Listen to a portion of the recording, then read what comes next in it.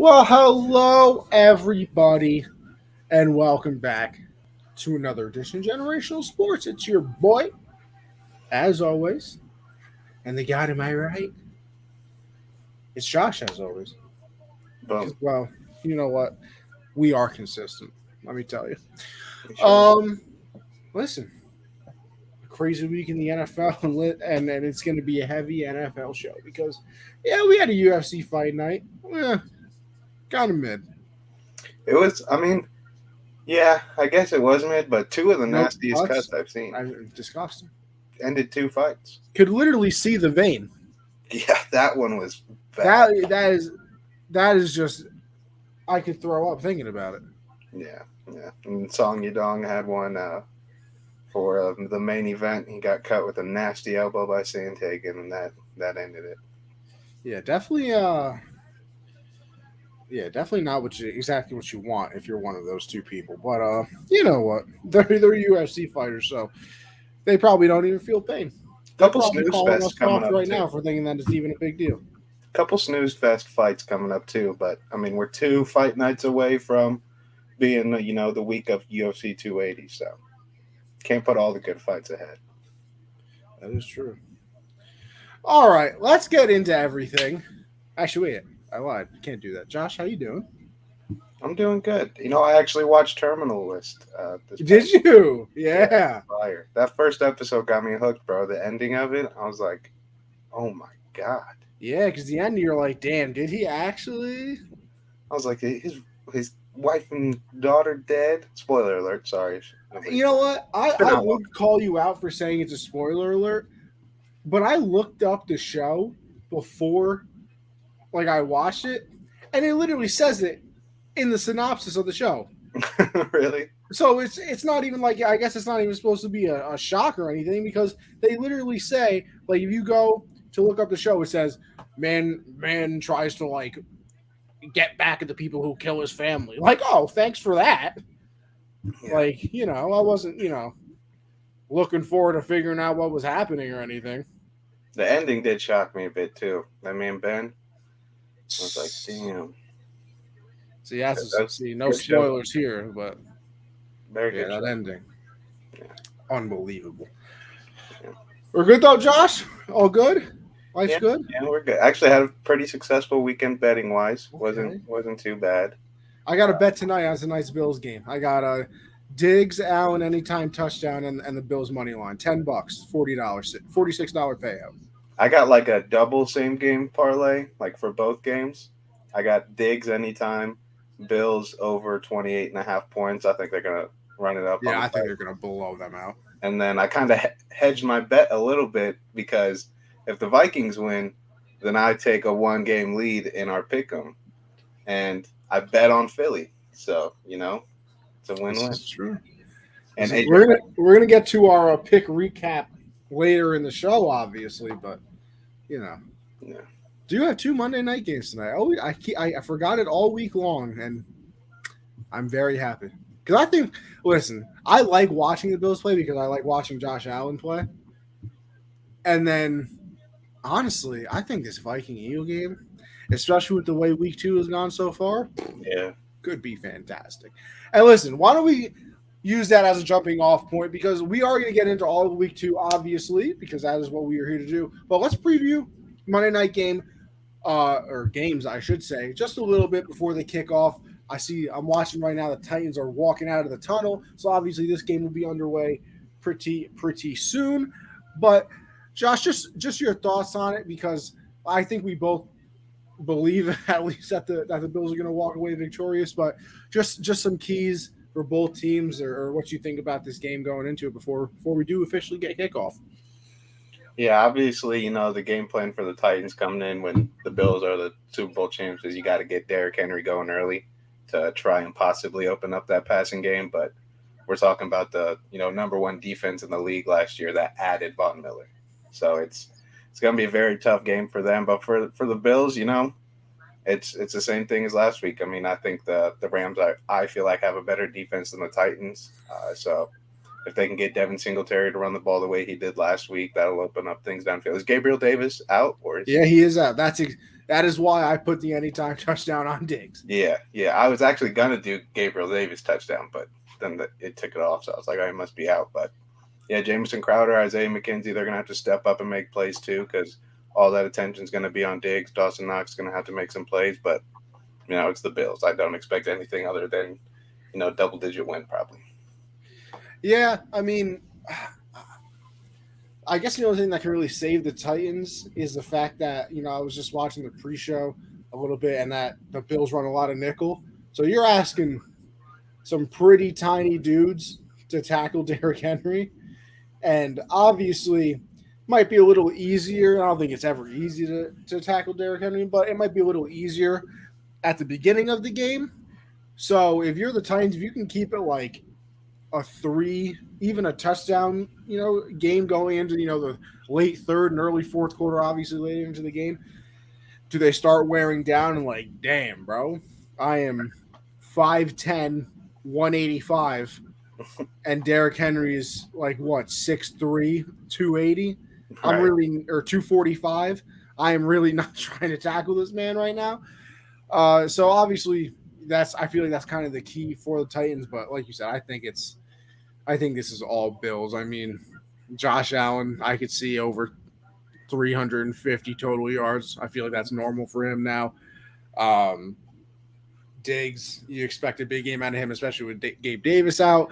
I think Dawson Knox is gonna get a little bit more of a play here, because I think going into last week we kind of thought that, especially after he got paid, Hmm. and he didn't do too much in that opening game. So maybe they've had a week, actually a little bit more than a week, uh, to give to put him more into the game plan. So I'm excited to see. But yeah, like we said, I pretty should be. I mean, listen, this week too, if it's taught us anything, nothing's going to be easy. So this game should be pretty easy for the Bills, but we will find out.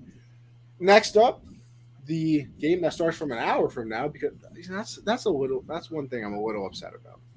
Yeah. I wish that this was a 7 o'clock, 10-10 type of thing. Yeah. I guess you can't really do it because both of the teams that are playing later tonight, East Coast. No, not really. Yeah. It's the NFL. People would stay up wherever No, no, their no. hot zone is. They would stay up, but I guess it's not fair to the teams Right. I because, guess. like, they're not like. Why would you make me play on a West Coast time, and I'm from the East Coast? Like if this was Rams Eagles or Yeah. like a Charger Eagle thing, like then yeah, I would be like, why wouldn't you start it at 10? But I guess it wouldn't really be fair. Um, I think that game is going to be very good. We had a lot of very good games over the weekend, which we're obviously about to get into after this. But that game could be right up there with them, even without the crazy endings that we've seen so far. Darius Slay versus Justin Jefferson. You're going to have, you know, I don't know, is it Pat Pete still over there for the Vikings? Yeah. Um, Yeah. up against Brown. Jalen Hurts had a pretty solid game rushing, and obviously Brown had that amazing game receiving. So which way are they going to go? The Eagles really did make their identity running the ball, but then you go and get AJ Brown, so maybe they want to pass a little bit more, see what the defense can take advantage of. Um, and that Viking offense looked unbelievable in week one. Obviously Jefferson had the two touchdowns. No, was it one touchdown? Two, I think. Two. Two touchdowns. What do you have, like 180 something yards in that game? He went absolutely crazy. So I think that game is going to obviously be very, very fun. Like Josh alluded to, I got the Eagles. He's got the Vikings. So obviously a little bit of a differing opinion there. I think Hurts and that Eagle offense will make just enough plays to beat the Vikings. Still not in love with their defense. I know that they held the Packers uh, down in week one, but even last night against the Bears, the Packers didn't look anything crazy. So Yeah. maybe it's one of those situations. And I think the Eagles' defense is pretty solid. Obviously, they're going to give up some plays to Justin Jefferson. That happens. Probably going to happen to everybody every week. So, I don't really expect him to be quiet, but I don't think they're going to have two absolutely blown coverages that are going to just let this man run wild across the field. So, Yeah. going with I the think. I think. Obviously, I feel like the Eagles, they're favored. The lines moved a lot. The Vikings opened as favorites, and now it's right now, I'm pretty sure the Eagles are the favorites. And Kirk Cousins' prime time has not turned out very Two and well. nine. Yeah, not too good. But this Vikings offense, just with Kevin O'Connell calling the plays, I feel like it's a very different feel, and it's more open and just more of a real offense more than what they've had in the past. So I think it could be a little bit different, but the biggest thing for me, I think, is the pass rush for both sides. Obviously, Hurts moves around a lot. Zadarius Smith and Danielle Hunter are, one of the best duos in the league. You saw it last week, all the pressure they were getting on Rodgers. So the Eagles do have the advantage there. Having a mobile quarterback, Kirk is going to have to get the ball out pretty quickly for the Viking because Hassan Reddick is, he was with the Panthers last year, a lot of sacks. He's a beast. They got a lot of good guys on that D line. Fletcher Cox, Jordan Davis that they drafted. Yeah, and that secondary is nice too. So, I mean, I think it's going to just be about the quarterbacks. Dalvin Cook's going to come to play. We might see Miles Sanders some here and there. But, yeah, I think it's a big pass rush game for me.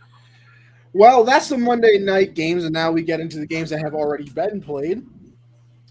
Starting off, man, with a game that I don't think anybody saw coming. Listen, I think we thought that the game would be pretty good, but in the third quarter, when it's let me do some quick math here. 28 30, when it's 35-14 in the fourth quarter, you don't really expect to be talking Miami Baltimore much, and then it just went berserk. It was one of the craziest things I've ever seen in my entire life. Lamar had over 100 rushing yards for the 11th time in his career. He passed Michael Vick for the most all time by a quarterback, obviously. I think he's the first player in history to have a 75-yard touchdown run and pass in the same game. So listen, how everybody knows how I feel about Lamar. Very good game. Probably one of the more complete games that I've ever seen him play from both. I mean, he was 21 of 29, 318, 3 touchdowns, no interceptions, 9 carries, 119 yards, and a touchdown. You see what Pro Football Focus gave him? No, I did not. Score? 66.4. Listen, that's why I don't understand. It doesn't make sense. What are you supposed to do? And Patrick Mahomes is week 1. He was like the 7th best quarterback of week 1. Yeah, I saw that too.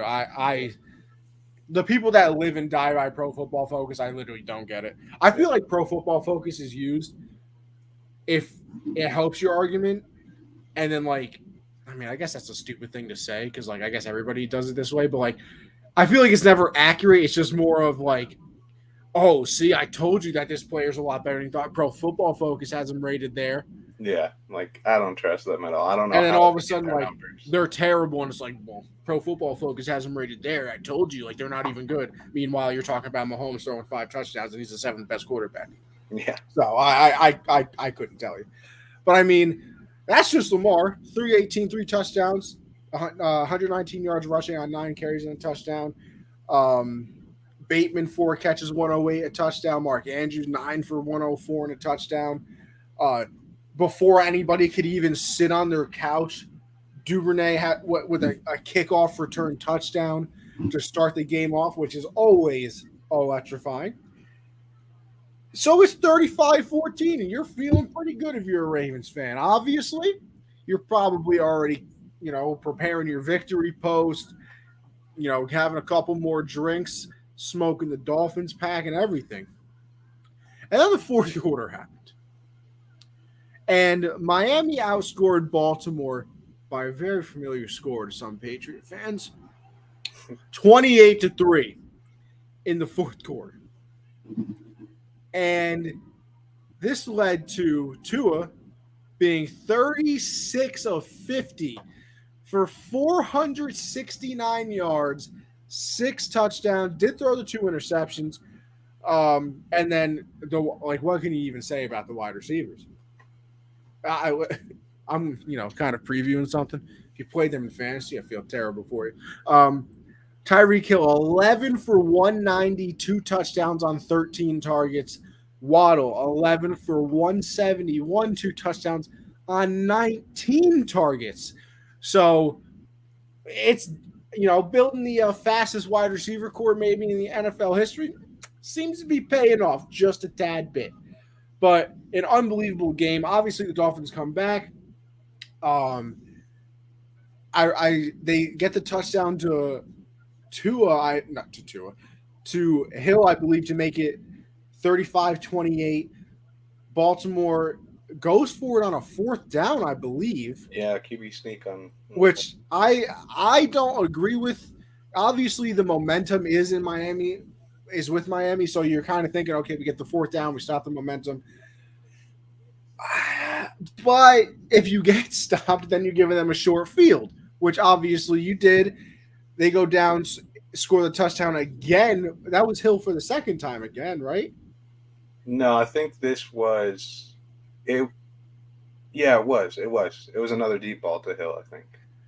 Which, by the way, I simply don't understand. There's some things I don't understand in the NFL. Yeah. How do you let Tyreek Hill get behind you on defense? Yeah. Like that first touchdown he had, I kind of understand. Like they were behind him, but like they were close to him. Right. The second one, the man's 10-yard walking to the separation. end zone. Yeah, 10-yard separation, like at the start of his route. Like it was insane. So they end up tying the game. Then Baltimore drove down and kicked a field goal. yeah, but I feel like that was a very weird drive too, because when they got across midfield, like it was like, okay, they're gonna try to take off as much time as they want. Justin Tucker is gonna nail a field goal. Just defense got to stop him. But then they threw it twice.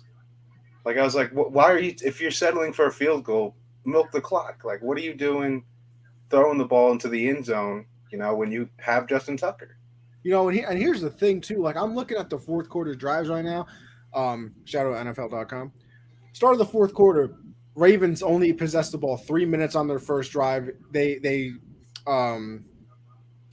drive ends on downs on obviously on the fourth play. Oh Jesus Christ, fourth down play. Then Dolphins score right away. A minute and 24 seconds was their drive. And they ended up scoring on that 48-yard touchdown to Tyreek. Then the Ravens punt, but that drive only took a minute and a second off the clock.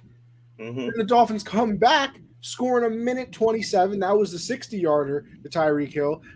And then once again, Ravens 3-minute drive, which is better, end up with a 51-yard field goal from Tucker. And then the Dolphins come down, 8 plays, 2 minutes and 4 seconds, starting at their own 32. Then they get the touchdown pass to Waddle. And man, was that game something. Like, that is unbelievable. What'd you think about it? Well, one more thing before my thoughts on the whole game. Did you see the Hail Mary at the very end? No, I didn't. So Lamar threw it up and it reached the end. Oh, yes, the Hail Mary at the end of the game, yes. I thought that was Wait, actually, before you continue, one thing that I forgot I should have mentioned. Well, actually, you didn't even ask me how I was doing today, so that's probably why I didn't mention it. My bad. That's bro. My Sunday ticket. I don't know if you saw Twitter during Sunday. Mm-hmm. Done. Sunday ticket. First quarter worked fine.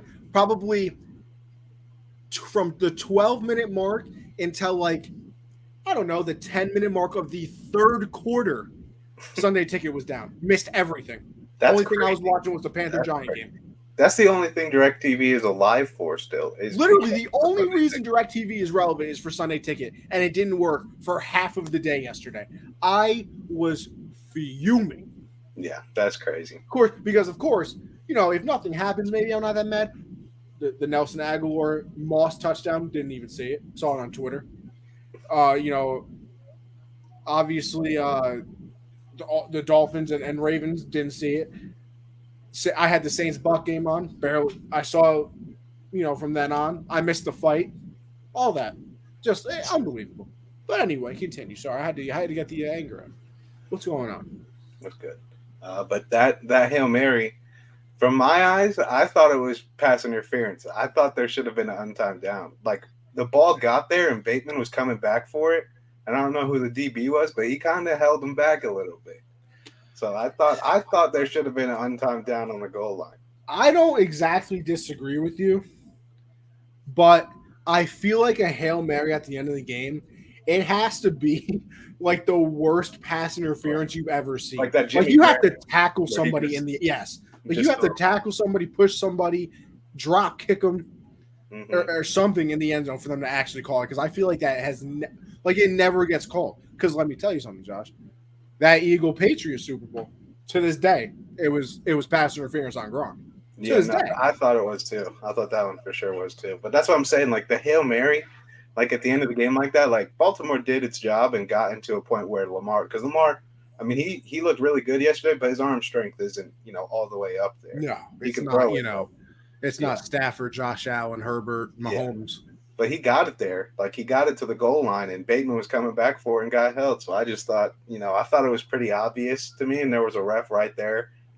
I don't know. I thought there should have been none time down, but also, did you see that there's a video on Twitter of it's reversed and Tua's right-handed? Yes. Looks so clean. Why does it look so clean flipped? I feel like it's because we're just so used to right-handed quarterbacks. Like how many? It's like a completely different motion. Like besides Tua, who's a lefty quarterback? I don't know. Do we have a lefty in the league right now? I can't think of one off the top of my head. No, and I mean, even in NFL history, it's like him, Steve Young. There's got to be more. Vic was a lefty, right? Who? Vic? Yeah, Vic was a lefty. Like, there's just not a lot. Yeah, there isn't really a lot of lefties. I guess I never really thought of that, but I don't know. Now I'm trying to think really hard if there's. I think Tua might be the only one. In that division, there's no other lefties. No one in the North. Yeah, only one active left-handed quarterback, and it's Tua. I just looked it up. That's kind of crazy. I thought there were more.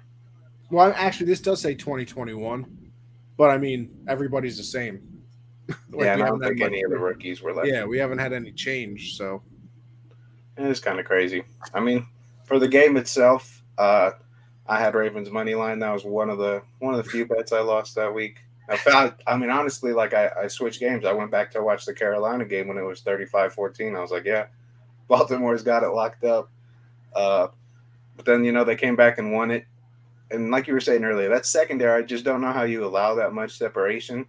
I mean, they drafted Kyle Hamilton, which a lot of people did not like because it works for Isaiah Simmons because he's a freak athlete and he can play safety and linebacker and, go head up on Darren Waller for 4 quarters. But Kyle Hamilton, he just looks so slow out there. Like as a safety, the guy that's supposed to protect you from deep balls to Tyreek. Did he get hurt yesterday? No, I don't think so. I thought somebody in that secondary got injured yesterday. Marcus Williams did. Okay, it was Marcus Williams. Okay. Yeah. That secondary, it's banged up a little bit, but you still got Marcus Peters back there. Like he should be able to stick with guys. And Marlon Humphrey, I think he might have played. I can't remember if he did. I think wasn't that Peters' first game back. Yeah, and he's had a lot of time. I guess I'll give him that then. First game back, you're going up against Waddle and Tyreek Hill. Talk about a tough life. Yeah, this isn't the MLB. You get a nice rehab assignment against some 20-year-old kid. Nope, all of it you got thrown back into the fire. Yeah, that's a tough way to come back, but I don't know that. Like you were pointing out the drive time for Baltimore, like when you see after they get it 21-35, you're like, all right, let's try to take a little bit more time off the clock. And then when they get it 28-35, it's like, all right, now we really should make a drive out of this, get some points on the board, and it's a 3-and-out. Like, that just can't happen, especially with, Lamar had a hell of a day. He had a perfect passer rating like in the first half and started the third and everything. He had a perfect passer rating overall. He finished with a perfect passer rating? I thought so. I thought I saw somebody say that. The only mistake I really saw him make is he should have had a pick six. He threw it right to Xavier Howard. And I did see that. Yeah, that was a walk-in. That one, and people are giving the receiver who dropped it some slack. I guess he's a rookie. That pass over the middle, late in the game. I think it was on third down. Yes, it was on third down. I think it was the drive that they punted in the fourth quarter. He had a pass over the middle to some rookie wide receiver, I want to say it is, and it was a little high and behind. It was kind of like one of these. Okay, I do remember that. Yeah, got both hands on the ball, and a lot of people are saying he should have caught it, but he was wide open, wide. And I guess you look back on it, doesn't really matter because there was a holding call on the play anyway. But it's the little things like that like maybe okay, I just completed a pass, get me into a rhythm, but Yeah. Yeah, I just felt like they were being too complacent and like just being like they're not going to come back. Like we have 3 touchdown lead, it's not going to happen, and wound up happening. And that last drive by the Dolphins, I mean, it just looked too easy again. Like the one time where it's like, all right, we can't let them get in toughen field up. goal range. That then they decided to cover deep, but they were giving underneath routes to Jalen Wall and Tyreek. Like they're still very fast. They're going to pick up a lot of yards very quickly, and that's just what happened. And then Jalen Waddle makes an amazing catch in the end zone, and Yeah. Tua's got 6 touchdowns, and that's it. I mean, Mike McDaniel's got to be in heaven right now, bro. It's going exactly what he wanted it to be. Imagine first 2 wins of the NFL, Bill Belichick, John Harbaugh. Yeah, like it doesn't really get better than that. That's what go beat Mike Tomlin in week 3 or something. I Yeah, don't even know. beat Andy Reid and Mike Tomlin, and you got them all. You Can you got them. imagine who are they playing? Listen, if they beat the Bills next week, That's going to be a game. That's going to be a game. we're 'Cause starting. that's Yeah, a secondary that plays smart and like doesn't let stuff get behind them. So that's that is going to be a game. Like I said, we're going to get into our picks later, but that might be one of my favorite games of the week. oh yeah. And we're not even talking about it yet. What do you think this does for Tua though? I think it's. I mean, I saw someone on Twitter. They said there were like 6 touchdowns and none of them were impressive. Like, what does the guy got to do? It's 6 You want all of them to be jump balls and forced passes? Like, they don't all. If they're easy, you get them. It's hard for me to say this because I guess I almost am part of the problem that like we're so into the like, can you see what Josh Allen is doing? Right. And do you see what Mahomes is doing? And Hurt, which by the way, this game isn't even on here, and we're gonna have to talk to it in the headlines. Herbert is an animal. I don't know how he finished that game. First of all, 3rd down, man goes to run for the first down, has to throw it away because he's in so much pain. The literal next play threw a 30-yard dart in absolute. It looked like it was 95 miles. Like if this is baseball, he threw a 101 and painted the corner of the plate. I mean, only where the wide receiver could have caught it. An unbelievable throw. So, like, we're so used to those quarterbacks that, like, you don't appreciate like the other things. Nobody is and it's always a negative thing too. Like nobody can be a game manager anymore. Yeah, it's not allowed. You have to be a franchise. And like I said, I am definitely part of that problem because, like I said before the year, like I've never really believed in Tua.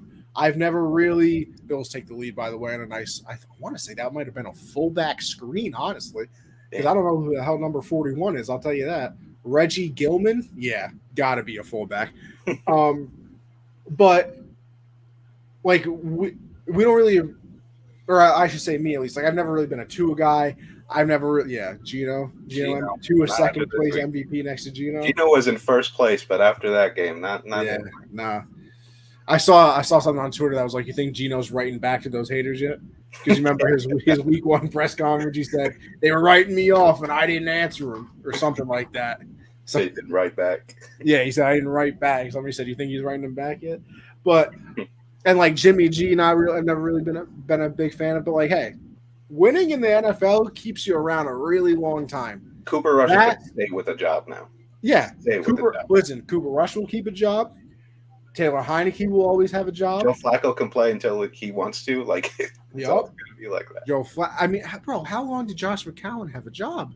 Yeah. And he got that not even because he was winning. He was just with so many teams that it was like, oh, I mean, first of all, we might be able to get something from him because he's been with 95 teams and he knows how to watch film. He's been in the league for 35 years, might as well. Mm-hmm. But I think that's the thing with Tua that it's like we want to see like, what do you mean he can't throw the ball 80 yards down the field into a perfect spot to Tyreek like Mahomes could?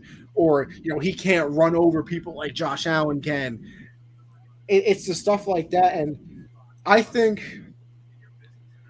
and I said this last night in the chat, in the Unwrapped chat, I think no matter what Tua does this year, I don't sign him though. And I don't mean let him go. I'm franchising him. Yeah. Because that's what I need more than one good year from you, brother.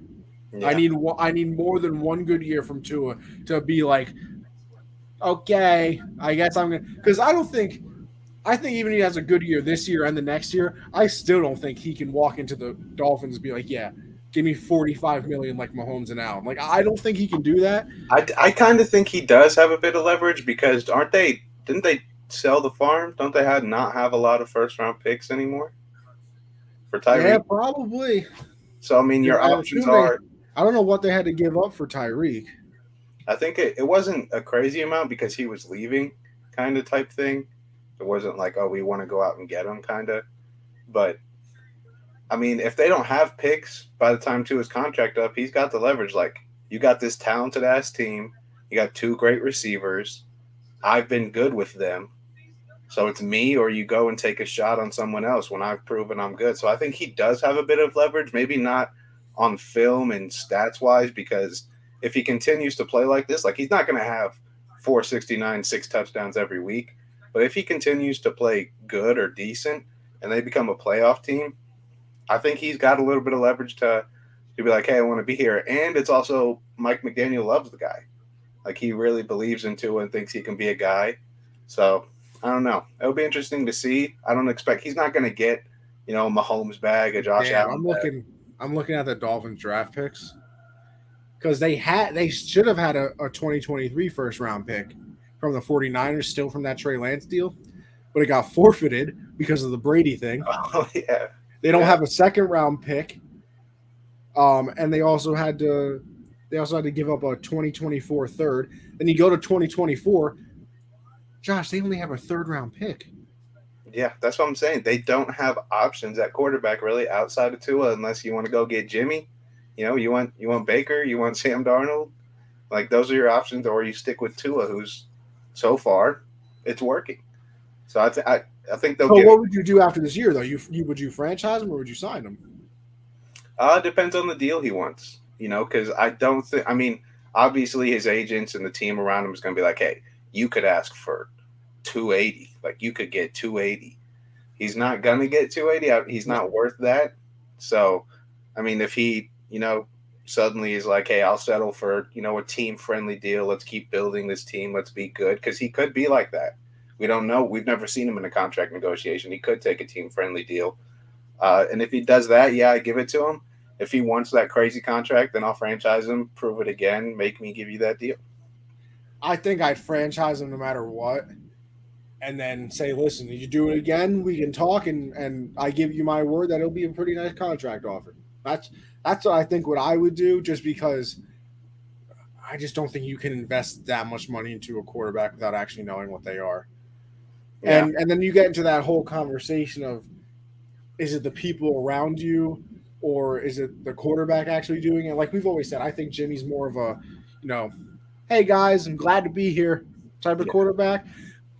And I mainly think that though because they're such a run heavy team. Like I feel like they win games because of the run, and then like he makes two good passes in the fourth quarter to George Kittle for 6 yards, and they win the game. Like he if was willing to deal. Like it's very weird because San Francisco's been plagued with running back injuries since he's been I've there. never seen anything like it in my Like life. every Every week, single running back that goes there, whoever their first string running back is, never look at them yeah, because they're going to get hurt a game in. yeah, go third string, go with their third string because Well, he. not even that. I picked so Mostert got hurt. I pick up Jeff Wilson Jr. and now because he was going to be the starter, and then I guess their third string, like some rookie they drafted, he's out because he has an high ankle sprain. Yeah, So yeah. right now, I picked the right person as of right now. It's crazy though, like because they are so run heavy, but the rotation they have back there, it shouldn't be that way. I And mean, Jimmy, I mean, when he came in this week, we'll talk about everything that happened in that game, obviously. But when he came in, he was wheeling and dealing. I mean, he was making plays out there. He looked nice.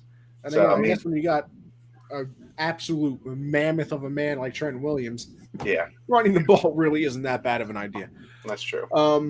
But yeah, I think I franchise Tua, make him prove it again, and then if he does it again, then be like, all right, listen, we can talk contract now. You had 2 good years, but I like he needs to really show it. Like obviously, I think he's got over 700 passing yards, and and what, 8 touchdowns, 2 interceptions in the first, or 7 touchdowns, 2 interceptions in the first 2 games.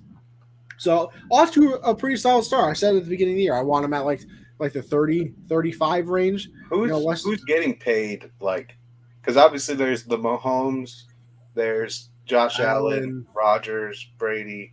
Well, I not mean, Brady, Herbert's about to get paid. but who's like the middle tier? Like Kirk Cousins got a bag, so he's up there See, money that's wise. the Like, trickiest what's part is. Tannehill? What's Tannehill's money at?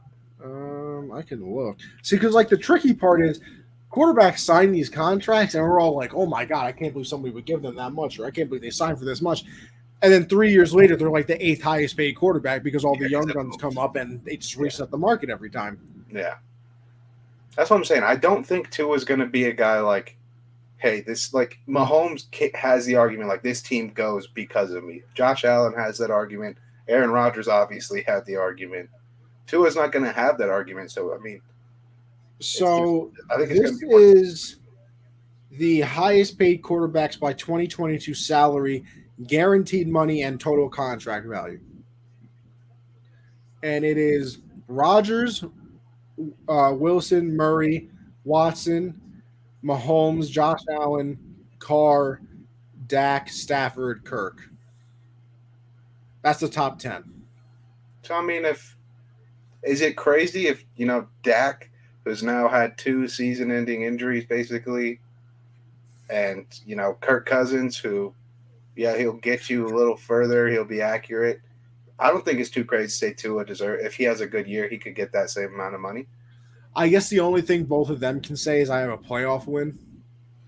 But what if Tua gets that this year? No, that's fair. It's fair. It scares me paying a quarterback after one season. Yeah, I mean because you have what, 3 previous seasons where he hasn't really. But is that really his fault totally? Year. Is that all on him though? Like the team has to take some blame for that. You brought in Fitzpatrick. He didn't ask for Fitzpatrick. Yeah, but I mean, wasn't that his second season, and he didn't beat him out. He's barely. I mean, what he started most like all of last year, and I mean they weren't terrible. Yeah, I'm with you. I don't think you give him all that money. I think franchise tag is probably the way, but I don't expect him to be going in there wanting the biggest bag ever. Yeah, I mean, it'll listen. It's an interesting thing of what they do because obviously it can always go wrong paying a quarterback, but I mean it can go real wrong if you pay the wrong quarterback. Yeah. When's the last time we saw? Like obviously, guys like Jamarcus Russell is probably the best example of paying too early. Who else has been like that? Man, I mean, didn't the Eagles give Wentz an extension? Yeah, Goff got a bag. I mean, Sam Bradford robbed 3 different teams. Yeah. But I mean, I guess in current stance there isn't that many besides, like you said, Wentz, probably Goff. But Goff looked like a dog yesterday too. I love the Lions. It's so good. I love them. Absolutely love them. All right, let's move on though to another absolutely insane game. That would be the Cardinals and the Raiders. Listen, this was another one that you turned it off. Yeah. Like I understand at one point, like it wasn't as bad as the Dolphins Ravens game was, but it was 20-0 in the third quarter. Yeah. It was 20-0 Vegas. Arizona didn't do anything. Could not move the ball. In the first half. Like it was genuinely like concerning how bad they were. Like they were absolutely terrible. They benched their first and second string running backs because they were that bad. Kyler threw an interception right before the half too. They couldn't move the ball. I mean, it was bad. It was real bad. And I mean, in the first half, you got Adams scoring a touchdown. You got Waller scored a touchdown. Obviously, you got a couple field goals.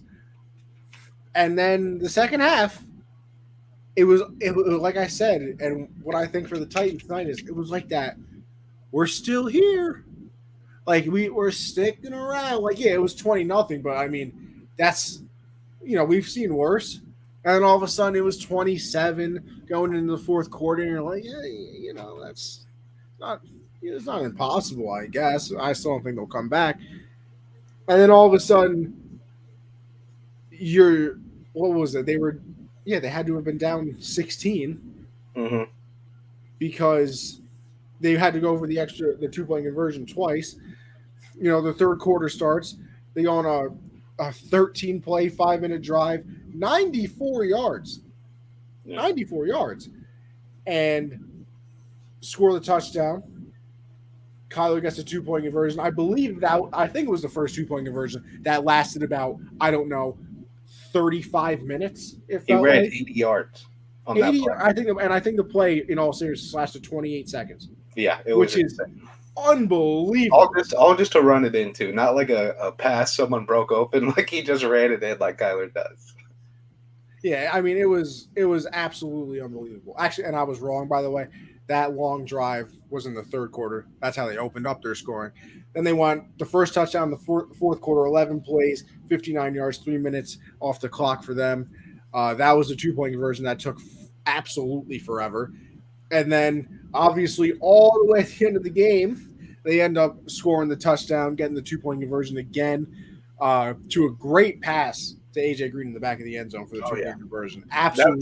That was they got pretty lucky that drive too, because they were done on fourth down, and then what was the call? Defense, was it pass interference or?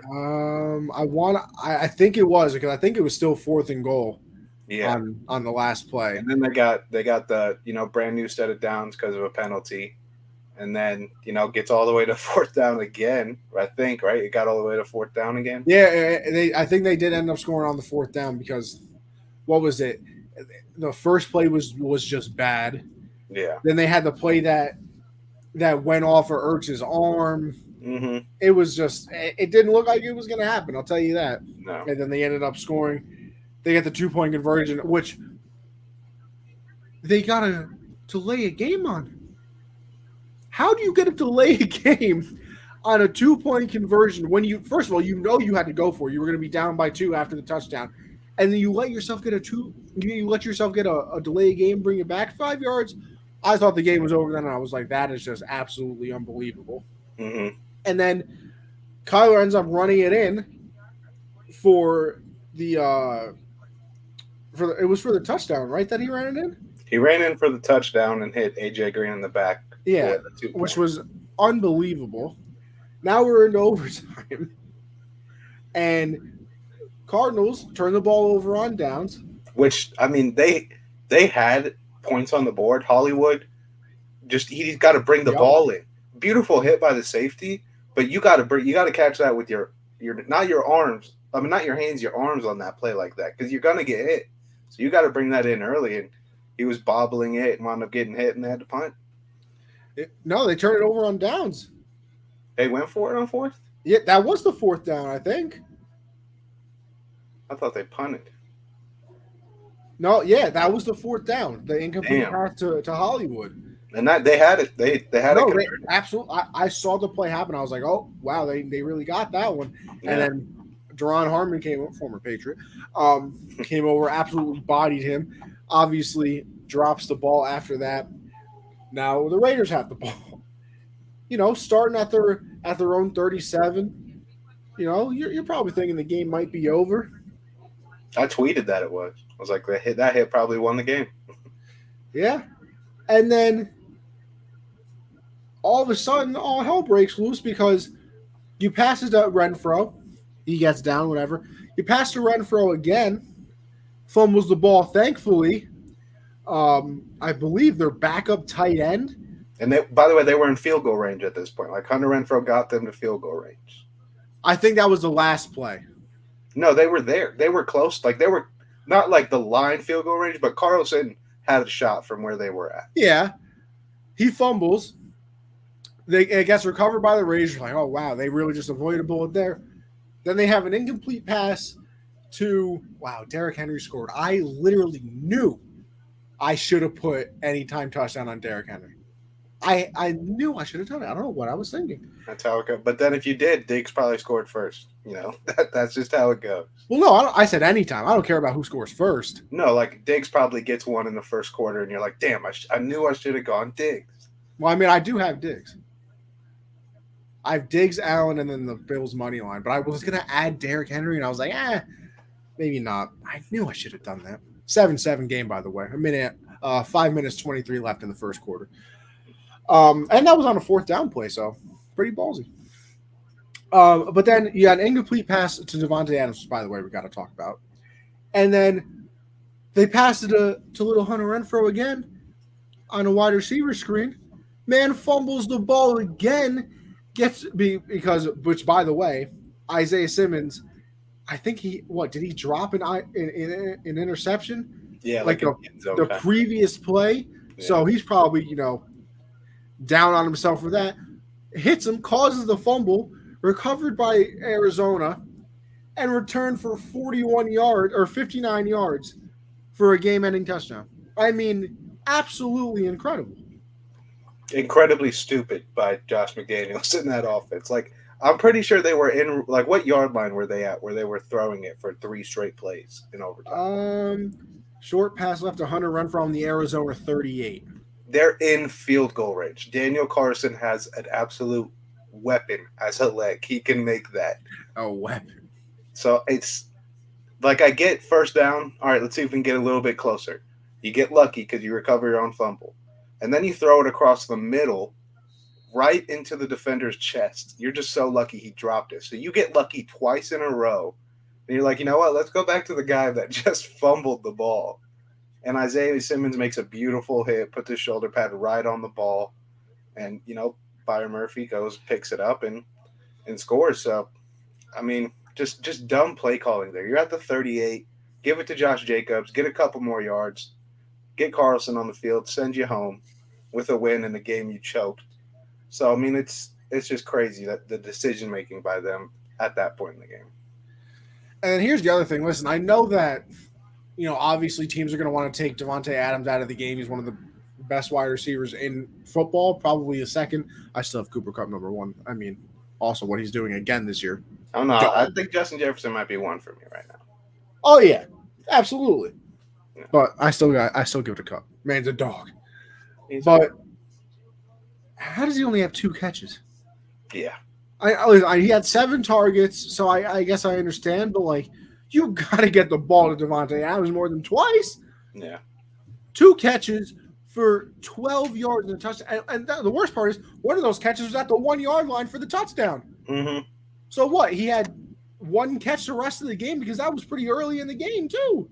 Matt Collins was looking like he was running Devontae's routes that game. It was crazy. He had a lot of catches in that game. Mac 5 for 66, 8 targets. Hunter Renfrow had 10 targets. Waller 6 for 50, touchdown, had 8 targets. But I don't care what the game plan is. Devontae needs at least 10, 12 targets, like average. Oh, yeah. Like you need to get him looks. And I mean, if you put the ball close to him and there isn't a defender literally on top of him, probably going to make the catch too. Yeah. So, yeah, like you said, definitely going to need a little bit more out of him. But obviously, the kind of the story of the offseason for a little bit at least was the whole Kyler Murray thing and the addendum in the contract. And, before that, obviously, he took everybody, which I hate these days. He unfollowed everybody and archived everything from the Cardinals on Instagram, gets the new contract finally. Then we find out there's an addendum because it seems like he doesn't watch any film. Everybody clowns him and them for it. Take it out of the contract now because, we didn't send the message that we were thinking, blah, blah, blah. It looks like they're going to go to an 0-2 start. Looks like Kyler was not going to be playing very well because I think up to the point where he had the touchdown, he didn't even have a touchdown and 1 interception in the game. So obviously things aren't looking very good for him. Wow, Stephon Diggs is very good at football. Touchdown or just a catch? No, defender was literally piggybacking him. Oh, they're calling it an incomplete pass, but it's going to be pass interference anyway. But still a dog. What was I saying? Something about Kyler's. Oh yeah, and does this shut them up? You think? What do you think the effect for I mean, I guess it won't really ever shut up haters or doubters of Yeah. him because no matter what he does, there's people that are going to say, "Oh, well, he can't do this. He's too small. He can't do that." But you think that this, silences them for a little at least?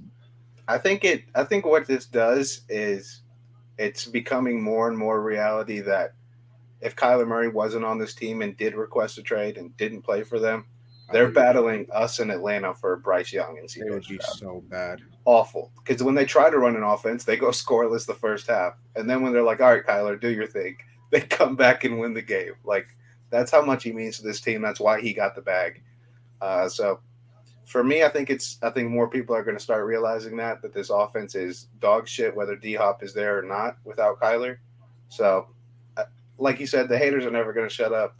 Same thing with Tua, dude threw 6 touchdowns. They're like, yeah, but which one was impressive? Like, that's just you can't win with these haters. So, people are, if they lose next week, they're going to bring up like, oh, it's double XP weekend, so Kyler wasn't really ready. So I mean, it's always going to be there, but for me, I think it really helps his case. Like, hey, this team goes as Kyler goes. He can single handedly win you games. Running 80 yards on a 2-point conversion. So the haters will never shut up, but this helps him out a lot. Yeah, like there's 2 quarterbacks that can make the play that he made on that 2-point conversion. It's him and Lamar. Like Josh Allen's mobile, he can't do that.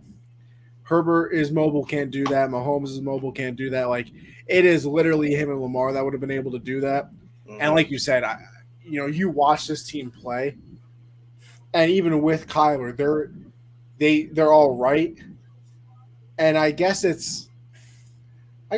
mean they are missing Hopkins, which you don't think of a wide receiver really meaning that much. Like obviously they're important, but you look at the team, like they go from scoring like 26.8 points per game to like 21. Their yardage drops by like 30 or 50 a game. Like he does mean a lot to them. So I guess obviously when he comes back, we'll see. But yeah, this team without Kyler is just bad. Like they are not very good. Yeah. So is he going to live up to the contract?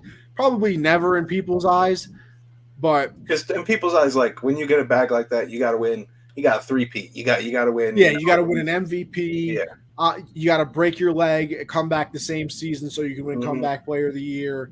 Like it's stuff like that you have to do. But it would be really ugly to watch them play football if he wasn't on that team.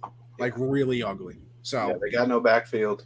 You go. James Conner is hurt every single season. Yeah, that defense. I mean, Chandler Jones is gone. Everybody's young on that defense. They suck. I mean, it's not that good for them without Kyler.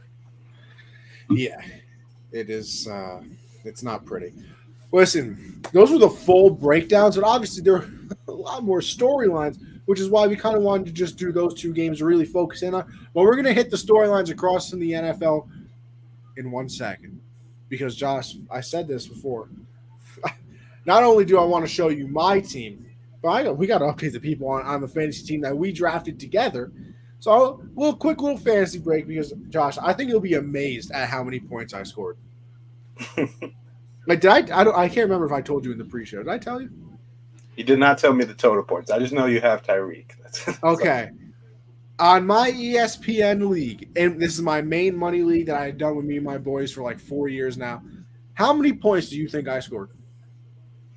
Can I just get one other player besides Tyreek? Do you want another high-scoring player or just another player? All right, so you got a lot of guys that made a lot of plays. Yeah. Like great weeks for these guys. I've probably my best day in fantasy of all time. So obviously over 200 points. 213. It is over 200, not quite that high. I was going to say that'd be crazy if you were to say higher. Damn, that's a lot of points. 204.48 points in fantasy. Vic, what's going on? Oh, Augustus Conover. Oh, okay. Joshua, king of Israelites? Is that what we're doing? Are you guys pumped as I am about Monday night? I'm watching the game right now, Vic. Oh, yeah. Bills just went for it on 4th down, did not get it. Titans take over at about their own 35. 3rd and 6 right now. So I mean, the second quarter now or first? No, still first quarter. 36 seconds left. Okay. Listen, the Eagle Viking game is about to get underway. Pulling triple duty of watching both games and doing the show On live. ESPN Plus, I like that too. Is it really? Yeah, it's on ESPN Plus tonight. The Vikings game. Well, I know it's on ABC, so I mean, I still have cable, so. I mean, I wish I do. Shout out my parents. But Josh, let me show you the squad real quick that I'm working with here. Oh yeah, that's a good looking team right there. That is a very nice team. I mean, McCaffrey scores me 16, which is honestly a disappointment. And you barely got that. If he didn't have that monster run late in the fourth, you were not getting that many. Yeah, I mean, Carr not very impressive, but I mean, you got to Aaron Jones, 32 points. And listen, the worst part for my opponent is he's projected like 140. He would have beaten every other person in the league this week. Literally, every other person probably beats them by 20 points this week if he didn't play me.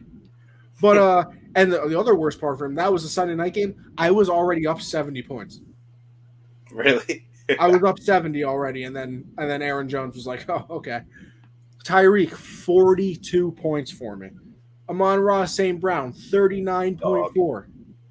Darren Waller, 17. Allen Robinson, 15. 49ers defense, 13. And yes, this week still plays with kickers. Shut up. Ryan Suckup, baby. 10 points. So, hell of a day for me in fantasy. It was unbelievable.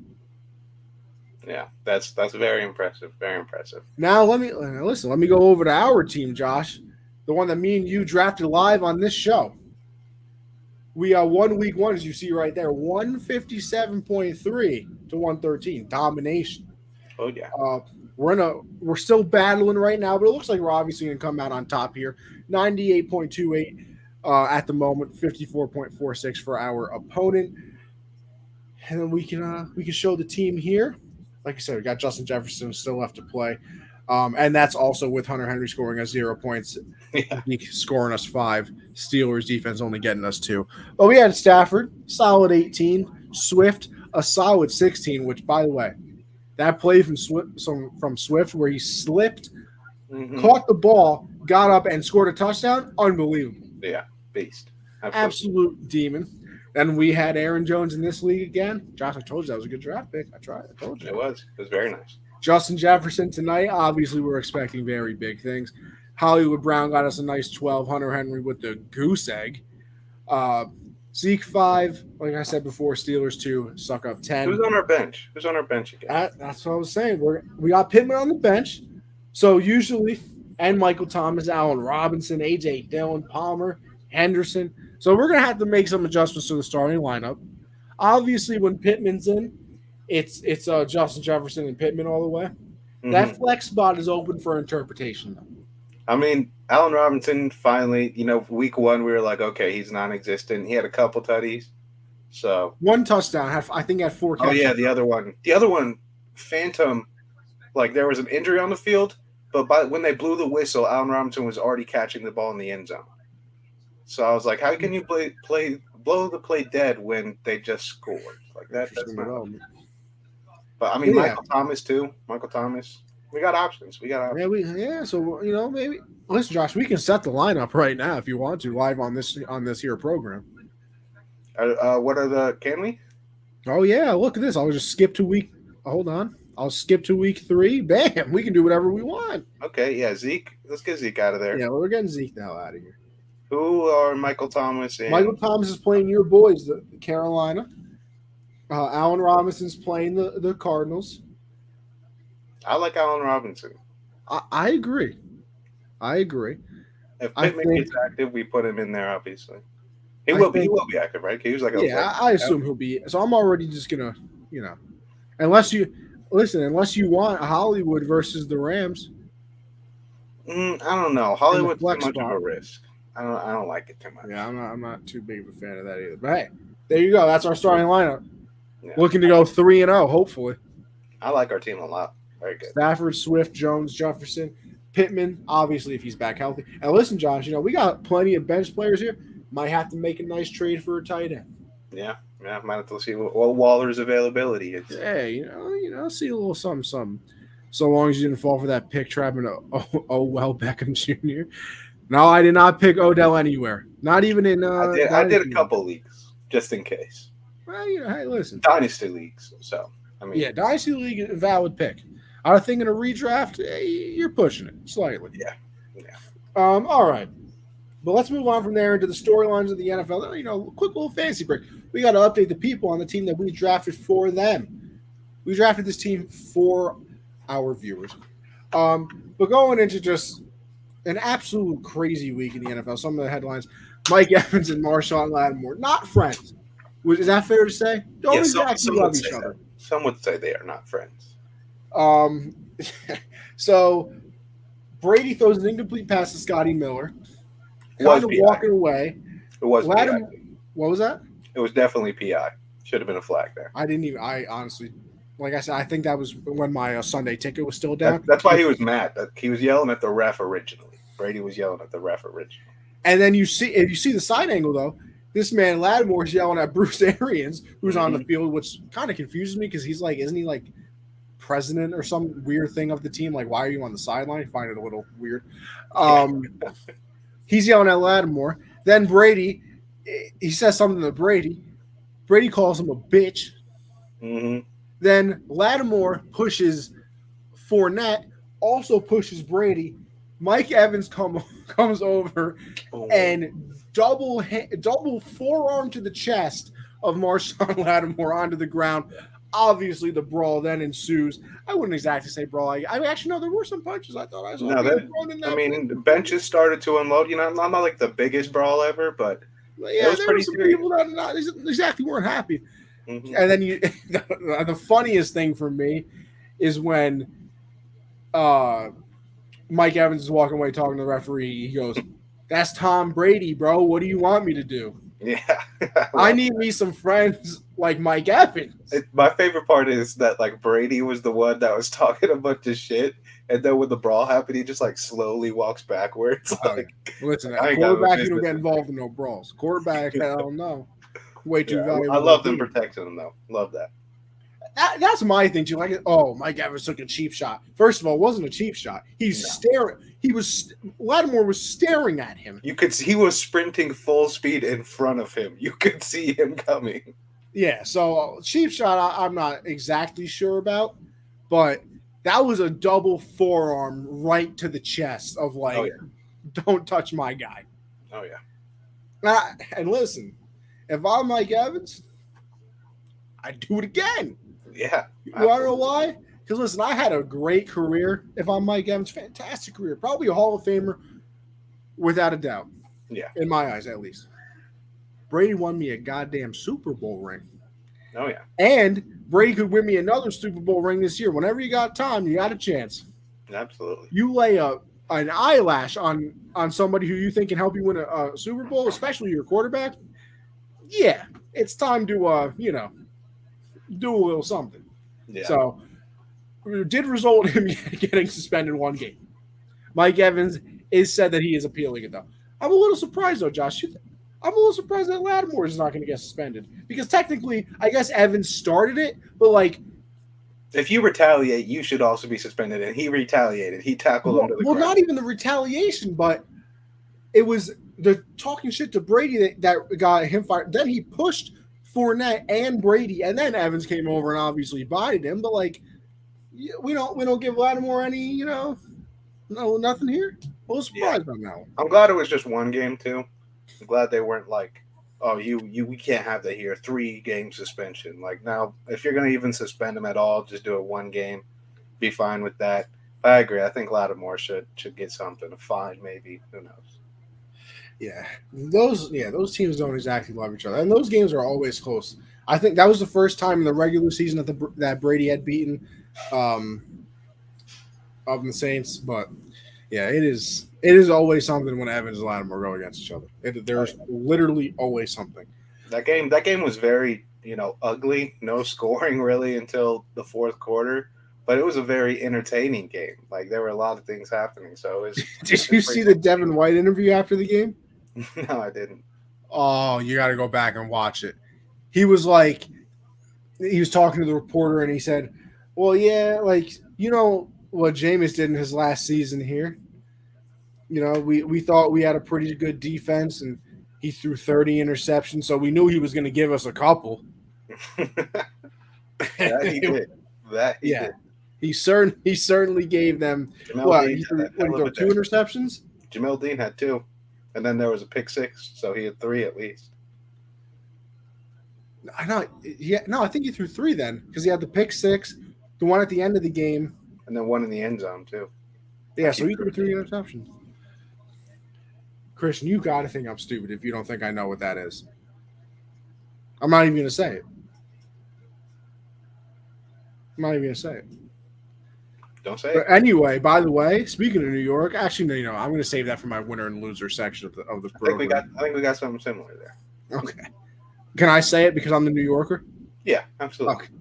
I appreciate that. Next storyline, probably the biggest one of the day, I would say. Trey Lance, broken ankle. He is out for the season. It was on a quarterback rush. So now, of course, everybody has to come out. Why are you running your quarterback? He's the most. Really? We're still doing that in 2022? Josh Allen runs. Did you hear that was Kyle Shanahan's excuse, too? What? He said the Bills do it all the time. When one of the reporters asked him about running Trey Lance, he said the Bills do it all the time, which little weird. That's Good a little excuse, bit of though. like a I know you are, but what am I? Like, we're just trying to be the Bills, so what? But a little, yeah, that was strange.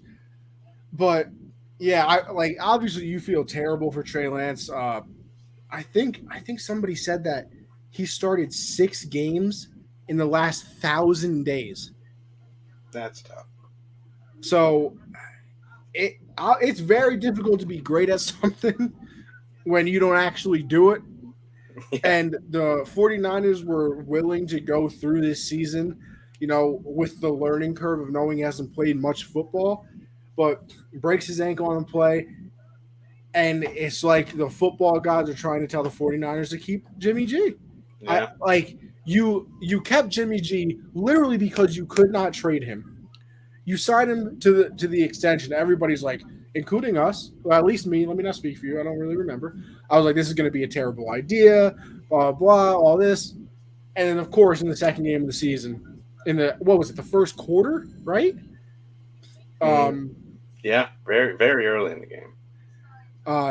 Trey Lance ends up breaking his ankle. Jimmy comes in, and then of course people are going to read into a little bit more. Like I saw when Jimmy throw a touchdown pass or did he sneak one in? He threw one. He had a passing touchdown, and of course everybody comes into the huddle and like everybody's staring at Jimmy and everybody's smiling.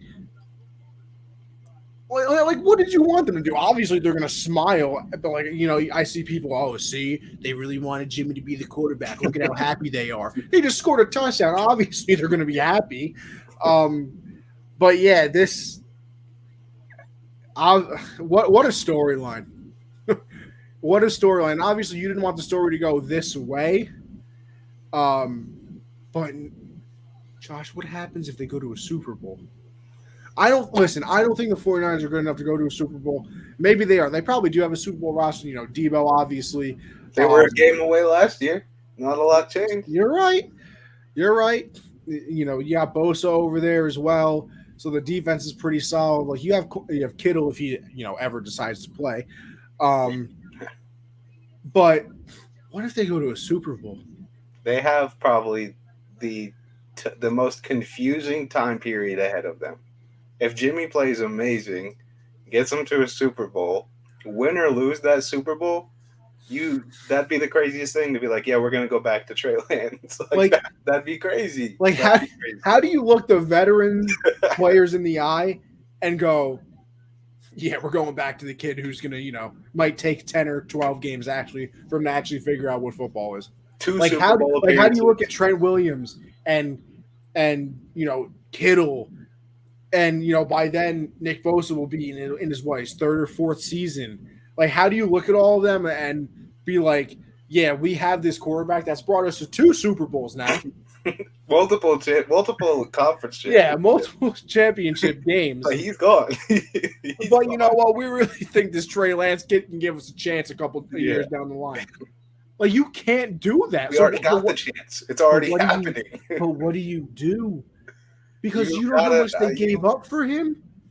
They traded like 3 first-round picks to move up with the Dolphins to get him. You can't not play him. They're like the good version of the Panthers quarterback situation. Like, it's like we're just going to bring in a bunch of guys, see what happens. 49ers are like, we're going to bring in actually 2 good guys and, go to a Super Bowl, but we still don't know who our quarterback is. Like, they're the weirdest thing. Josh, Vic is giving you a hell of credit right now. Josh multitasking with exceptional passing and impeccable podcasting. I'm glad you noticed that, Vic. No one ever really notices that, but I'm glad you did. Yeah, you're a hell of a quarterback out there for the Bills. Hey, man, I'm like that. I'm just curious. Is it like a green screen right now? Like, you're actually on the field right now, but like this background's just a green screen, right? I can't reveal my secrets. Oh, okay. Fair enough. The world would explode if they knew how it worked. Yeah, it's a Josh thing too, though. Like, it's okay. Very interesting. Very interesting.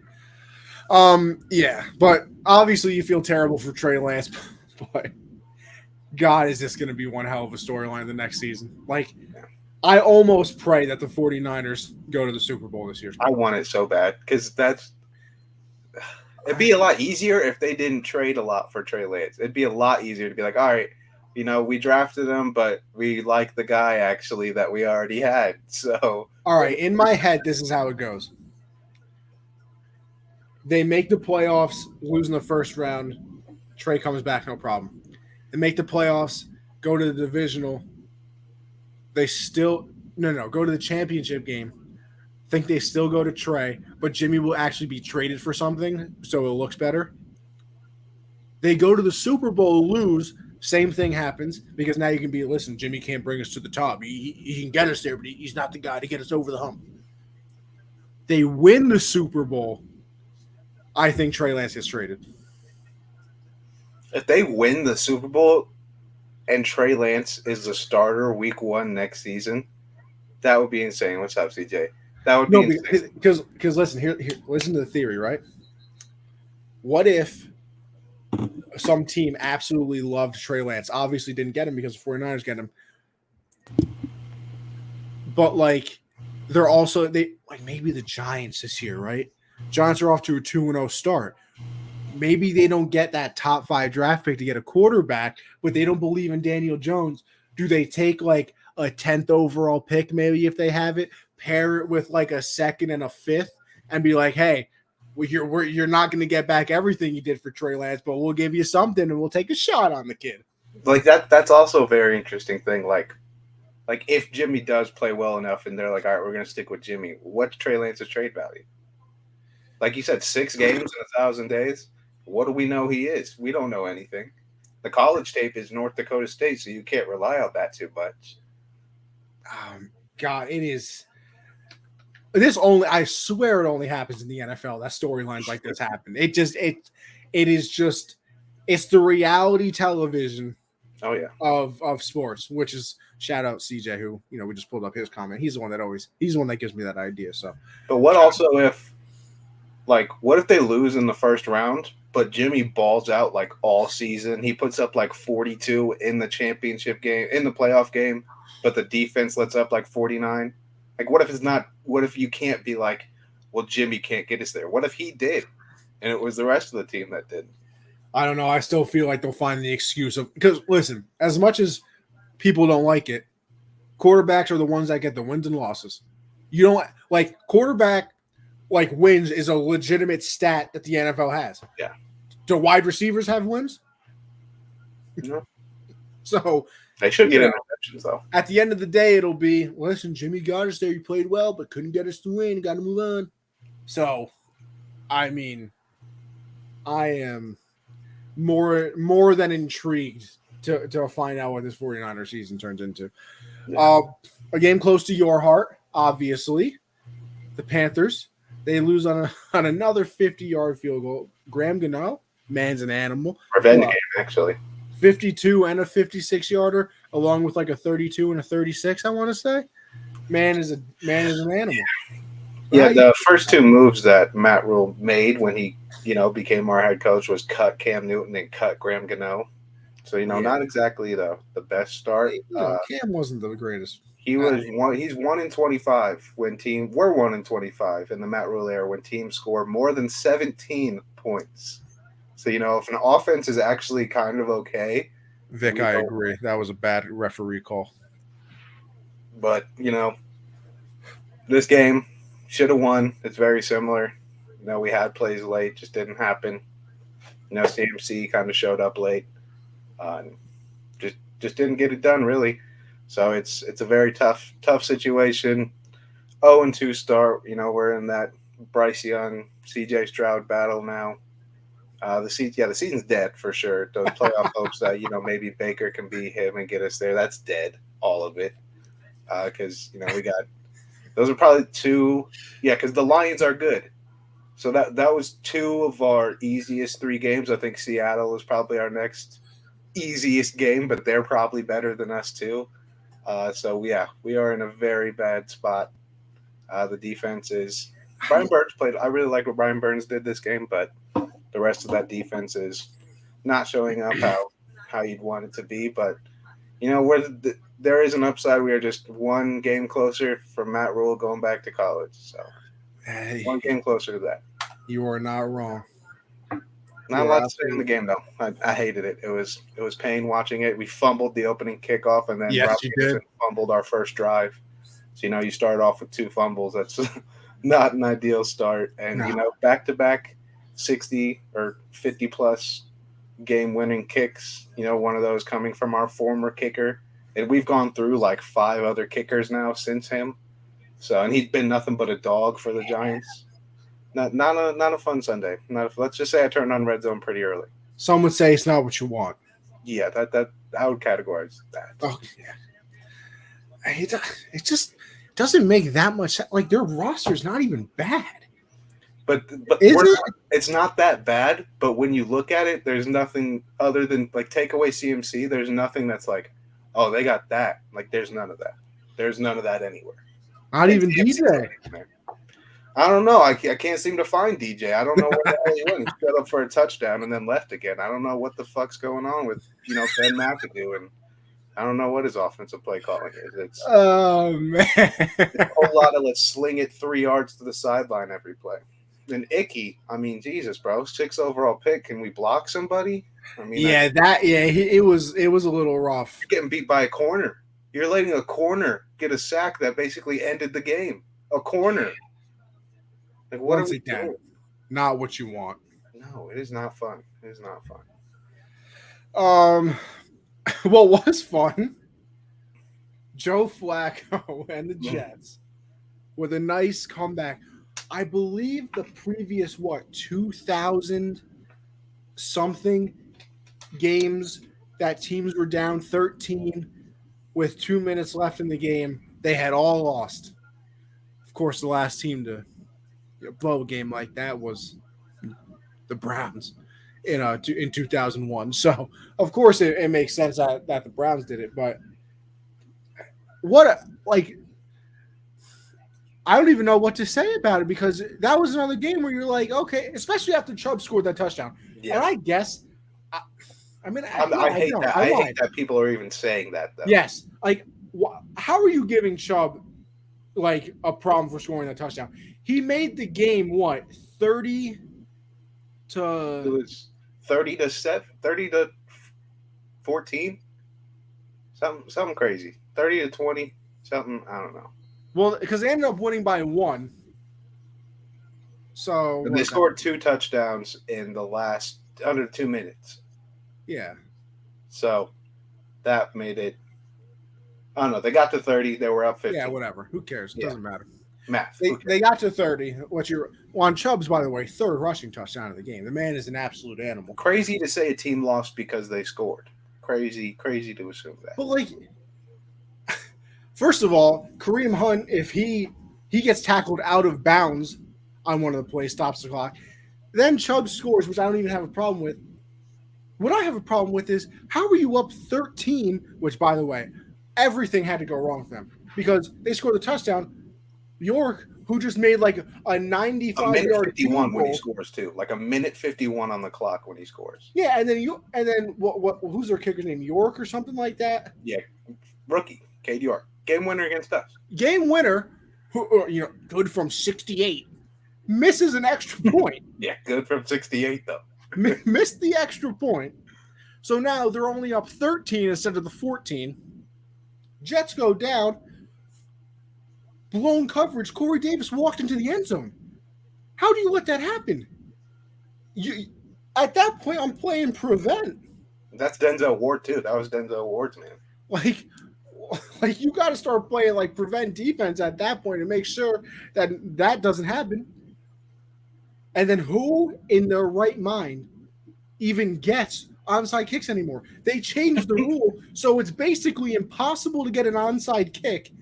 And all of a sudden, the Jets get an onside kick, go down the field. Garrett Wilson scores a second touchdown of the game, which, by the way, Garrett Wilson, dog. Flacco on the money. Like that was a perfectly timed, perfectly placed pass too, in between three guys. It was beautiful. I mean, crazy comeback. Like you said, that onside kick. You have Amari Cooper there who's supposed to recover that. He's right in the vicinity. He dives out of bounds, just completely misses the ball, and then you let him drive down the field. It's insanity. Only Cleveland. No. What's that elf in the middle of the field? What's his name? Brownie? Yeah. Brownie the elf. Gotta go. I was watching Pat today, which, by the way, moved into the Superdome today, or the Thunderdome. Nice place. Real nice. Well, some audio issues today, to say the least. Yeah. Very crunchy. Zito figure it out. Listen, I got nothing but faith in Pat. Yeah. Pat, if you ever want to come on the show, you ever see a clip of this, and yeah, more than welcome. Anytime you want. Anytime. But I literally could not believe it happened. That was another game where it's over. Okay, flip to the next game, and then they somehow ended up winning. Unbelievable, absolutely unbelievable. Vic said, "Okay, guys, I have to ask this question because I'm hearing a lot around the break room.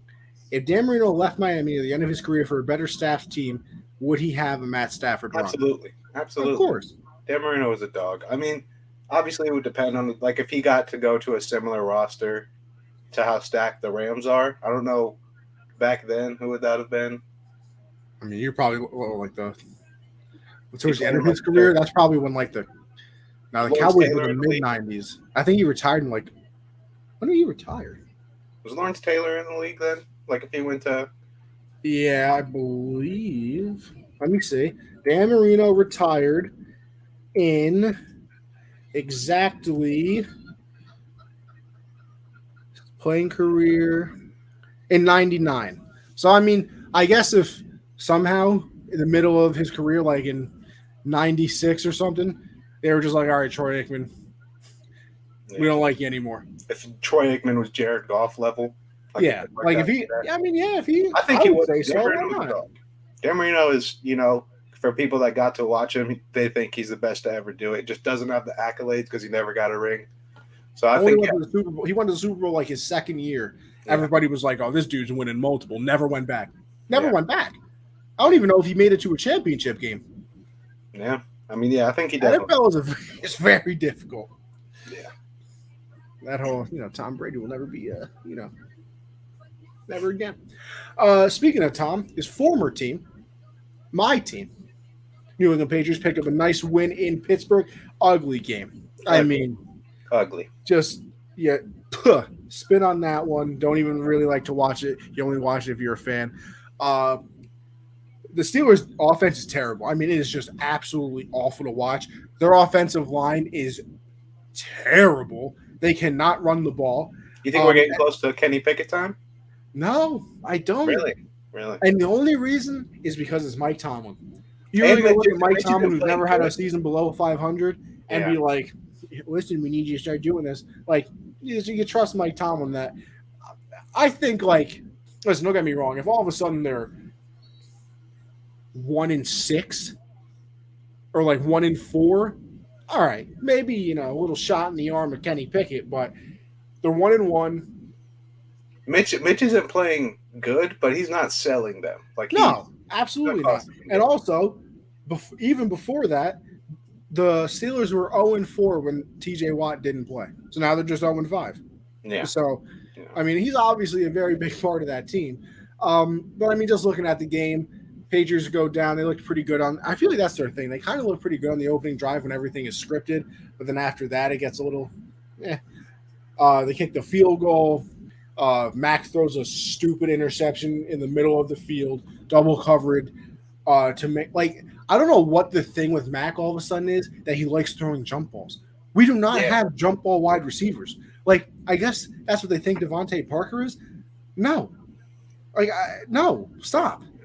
Like even the touchdown to Aguilar was a jump ball. Aguilar just ended up mossing the cornerback. Aguilar finally did something useful for us. I think he had over like 100 yards. Had that touchdown.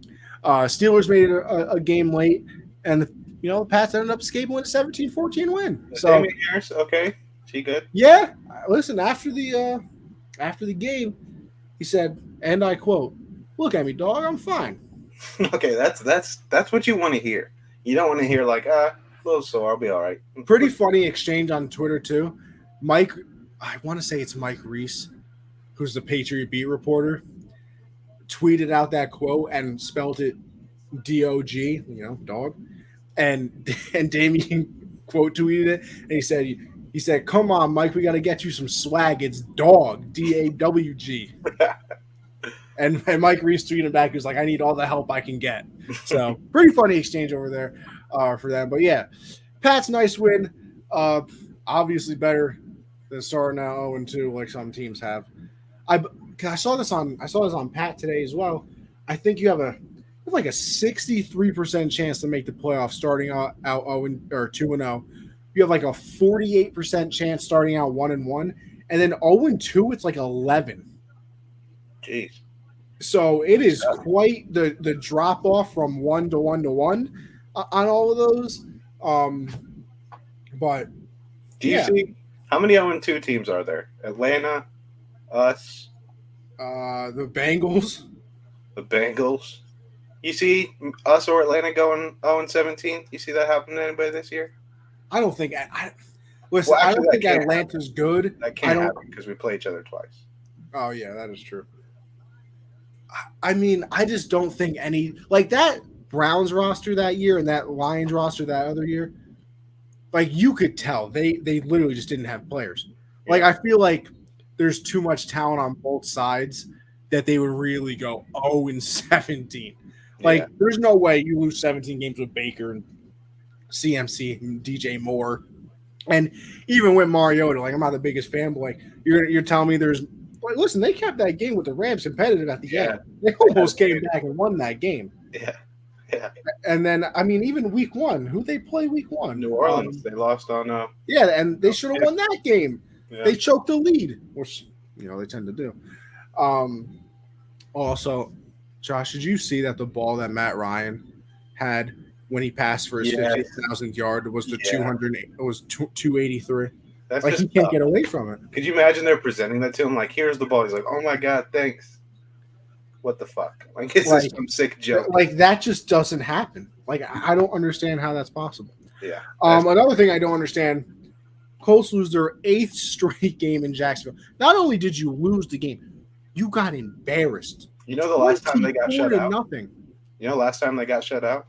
I don't. Against Jacksonville. That's in Jacksonville. 2017, I believe. So that's just tough. I mean, that game was so ugly. They could not move the ball. Obviously, Shaq Leonard was out. Pittman was out. Kenny Moore, I'm pretty sure, was out too. You know what I don't understand, though?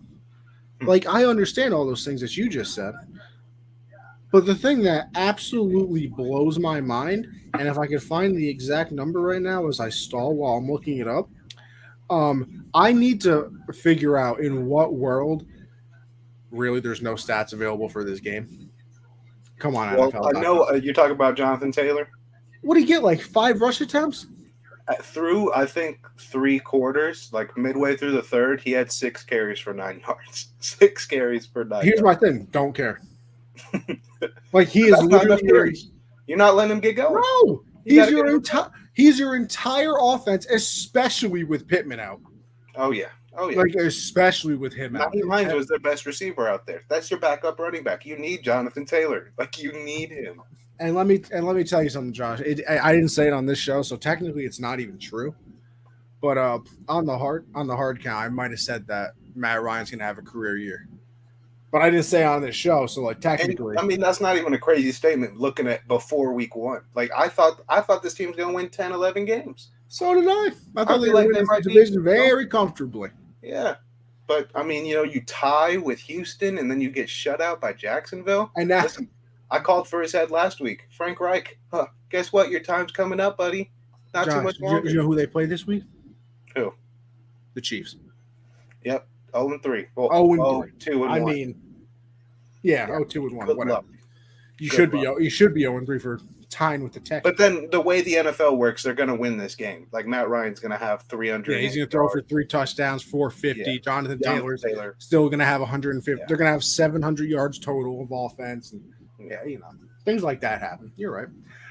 Final big headline of the day before we get into our nice little QB of the week, player of the week, winners, losers things. So we're getting a little nervous for the Bengals here. And not because I don't think that they're bad all of a sudden, but then again, their offense just does not look like they can literally do anything correctly.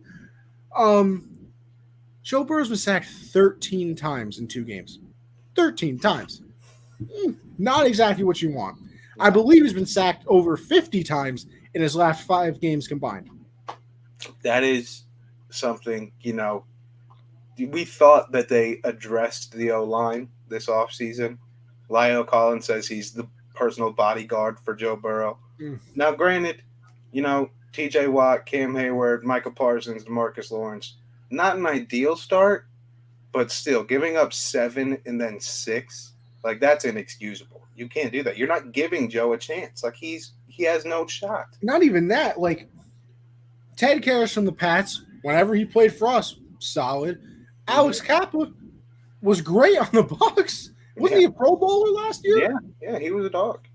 So the only reason I say I'm not exactly concerned for them is because offensive lines take time to mesh and everything. Yeah, definitely. But I mean, you're going to have to start winning some games here. And you catch a huge break because I think the only 2 teams that can win this division are the Ravens and the Bengals. I just think that the Browns can't do it because Deshaun's out for too long. I don't think the Steelers are obviously good enough to do it. But like you got to win some games here because honestly, the first 2 games of the season, in a lot of people's eyes, you should have won. You could have been in first place right now, and the Ravens just just lost a game that sticks with you for a quick second. Oh, yeah. Like they play us next week, and I'm kind of hoping the first half of that game they're like, "Oh my god, I can't believe we just did that," and like they're lost, and all of a sudden we can jump out to a lead. Probably won't happen because our offense is terrible too.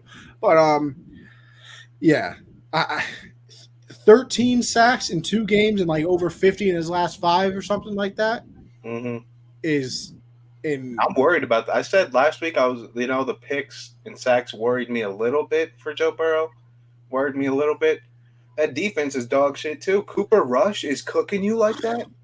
Eli Rush. Apple is so bad. So bad. I mean, he's getting mossed by Noah Brown. Who is that? Who is Noah Brown?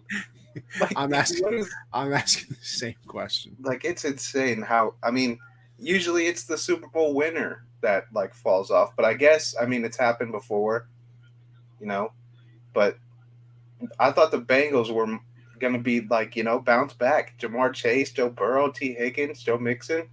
They can't do anything if they don't get any time. Yeah, it's certainly something. Also, the Eagle game is underway. Ooh, what a screen pass by the Eagles. Oh, my God. Oh, there's a flag on the play. Looked like a good screen pass, though. 12 minutes left in this one. Like I said, basically just underway. Let's see what the flag is real quick. Hold on. We got the ref talking. Ineligible receiver downfield. Tragic. Josh Allen just threw a touchdown to Stephon Diggs. Let's go. That's one part of my parlay. Hey, see, now we can see after you completely fucked me over last week. I didn't even address that. How you completely I screwed thought we were going to get through the show without completely screwed me over with Denver. I called it from the jump. I'm over it.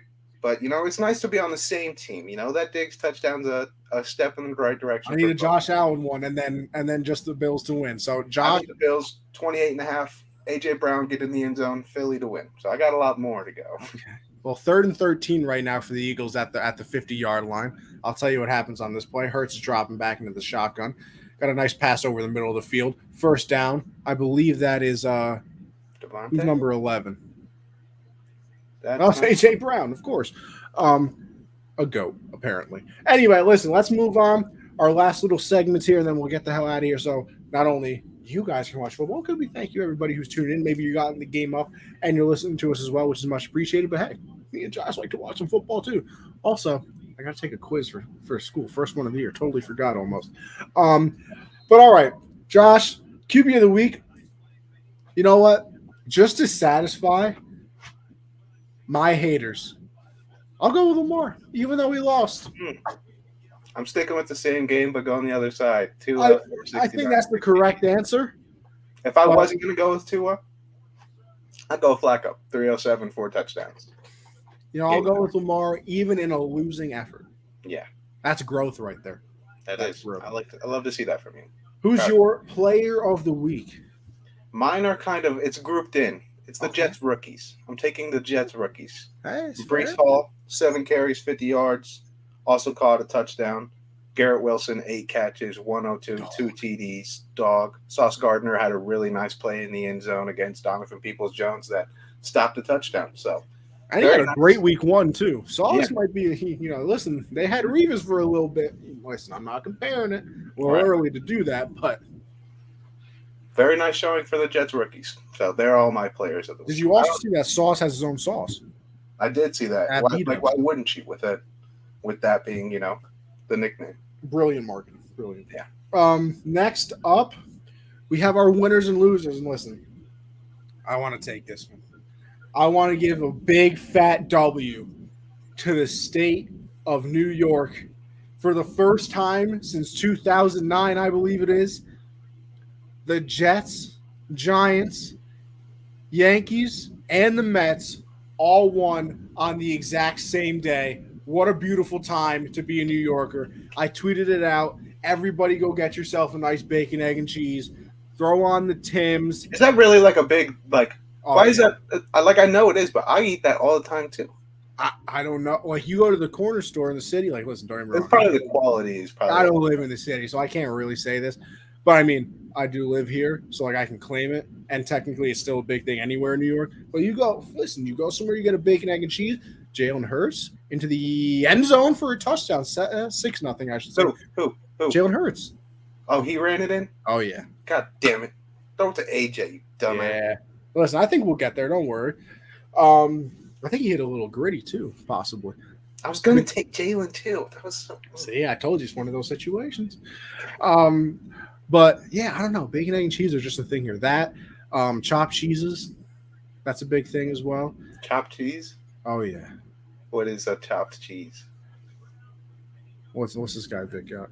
Guys yesterday decided boys beat the Bengals for the proof that Whack Prescott is overrated and overpaid.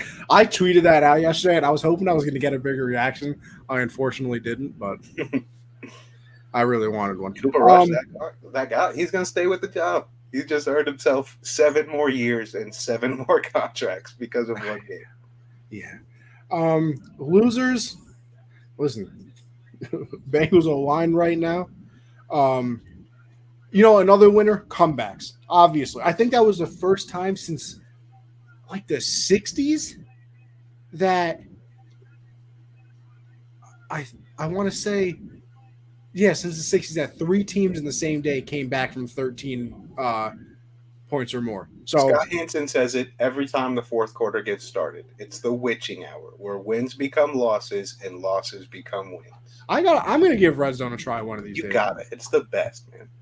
I'm gonna do it. I think listen, maybe if Sunday Ticket works the whole time this week, I'll give it a try.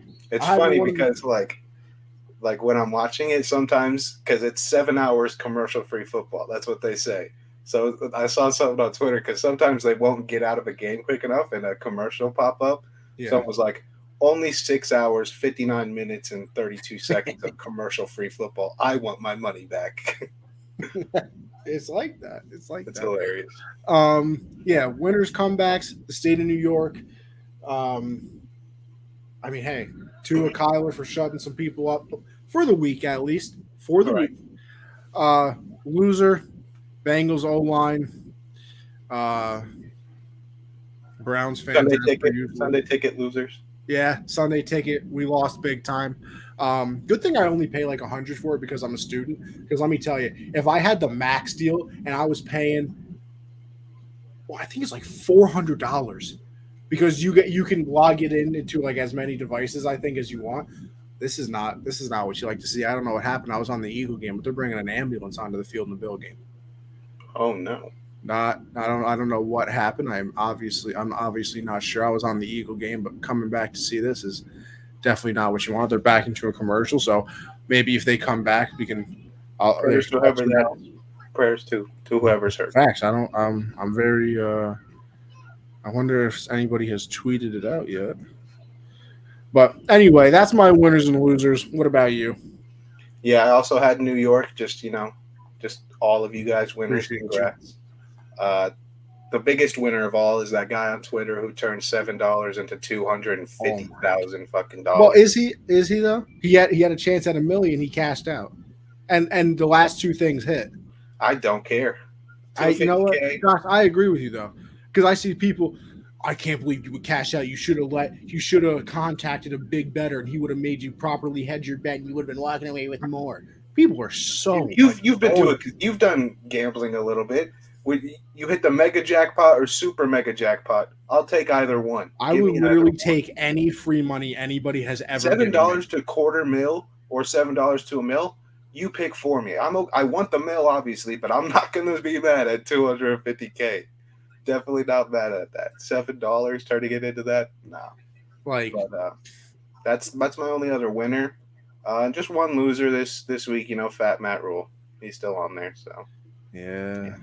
big L. All right, Big so loser. it's Dane Jackson. I don't know. I honestly don't know who that is, but obviously, prayers up for Dane Jackson because I'm trying to look for what happened maybe on Twitter, see if anybody has posted a video or something. But obviously, ambulance on the field is obviously not anything you ever want to see. They're still on commercial break. Anyway, we move on. Prayers up to Dane Jackson, to our prayer and respect. Well, first we'll start with the prayer circle. Josh, you got anybody add to the prayer circle? Good old prayer circle. I mean, Yeah, hey, Trey Lance. Trey Lance, I think, deserves to be added in there. Not just because of the injury, but we talked about it. We have no clue what could possibly be next for him with this ending his season, and Jimmy's still there. So prayers up to him for a healthy and quick recovery to the injury, and prayers for him for the future of his career. I agree. I'm adding it to the list right now on the phone. So far we have Derwin James because we just want him to stay healthy. T.J. Watt because of the pack, but hey, we might be able to take T.J. Watt off because apparently he's supposed to only come back in like 4 weeks or something like that. Yeah. Man is an animal. Joe Burrow, which I was going to say maybe we should add him. Didn't even. I forgot we already had to put him back on the list because the O line's terrible.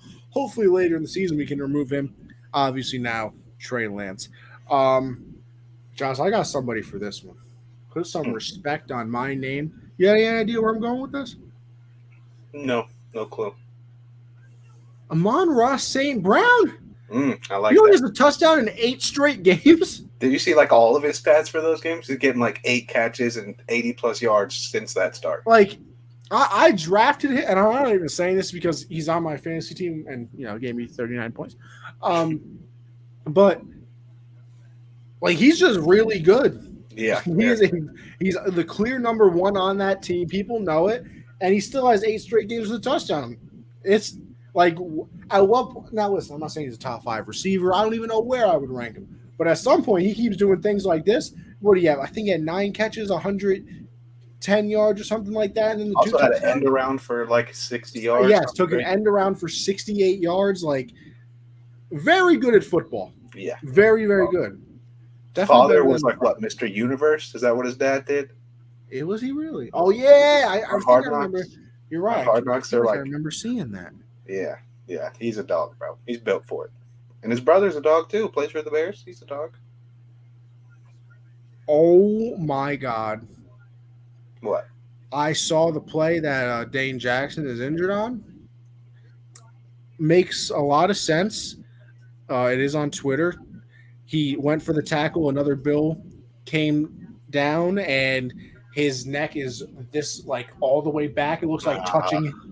Tough. So Pressure. I guess they are saying that he's had some movement though. Good. So obviously that is very, very good, but that obviously did not look good. Obviously not even a dirty play or anything either. He was sliding down the back of the returner. Another Bill came in and finished the tackle and just took his head out. But good thing that he has some movement. Obviously, crazy, crazy, scary play if you go and can find it. That is obviously did not look good. Um, Final one of the day. We go to everybody's favorite segment. Our nice. Wow, it's been an hour and 46 minutes. Time flies when you're having fun, Josh. Let me tell Oh, you. We go in to everybody's favorite, the pick segment. Nice little recap, Josh. Why don't you do it? Why don't you tell us how we did last week? Yep. So Sunday we only disagreed on one game. It was Tampa versus New Orleans. I had Tampa. You took New Orleans. So One time I we better did not go have a for good it. day though. We did not have a good day. No. But there were a lot of upsets and a lot of comebacks. So I went 7-7. You went 6-8. Ties us at 15-13-1 for the season. And this Philly Minnesota game will decide who's got the one game lead. All righty. That's our record going into week 3, obviously, as you can see. With that being said, why don't we kick it off? Thursday night football, Steelers at the Browns. Going Steelers. I'll go Steelers too. I have no clue in this game. I'm not surprised if either team wins. Yeah, I just don't believe in Jacoby, obviously. And I guess that the Browns can just run the ball effectively enough to win the game. But this is one of the games where you're just like throw a dart and see which team it lands on. Yeah. Not betting on that game. No, absolutely not.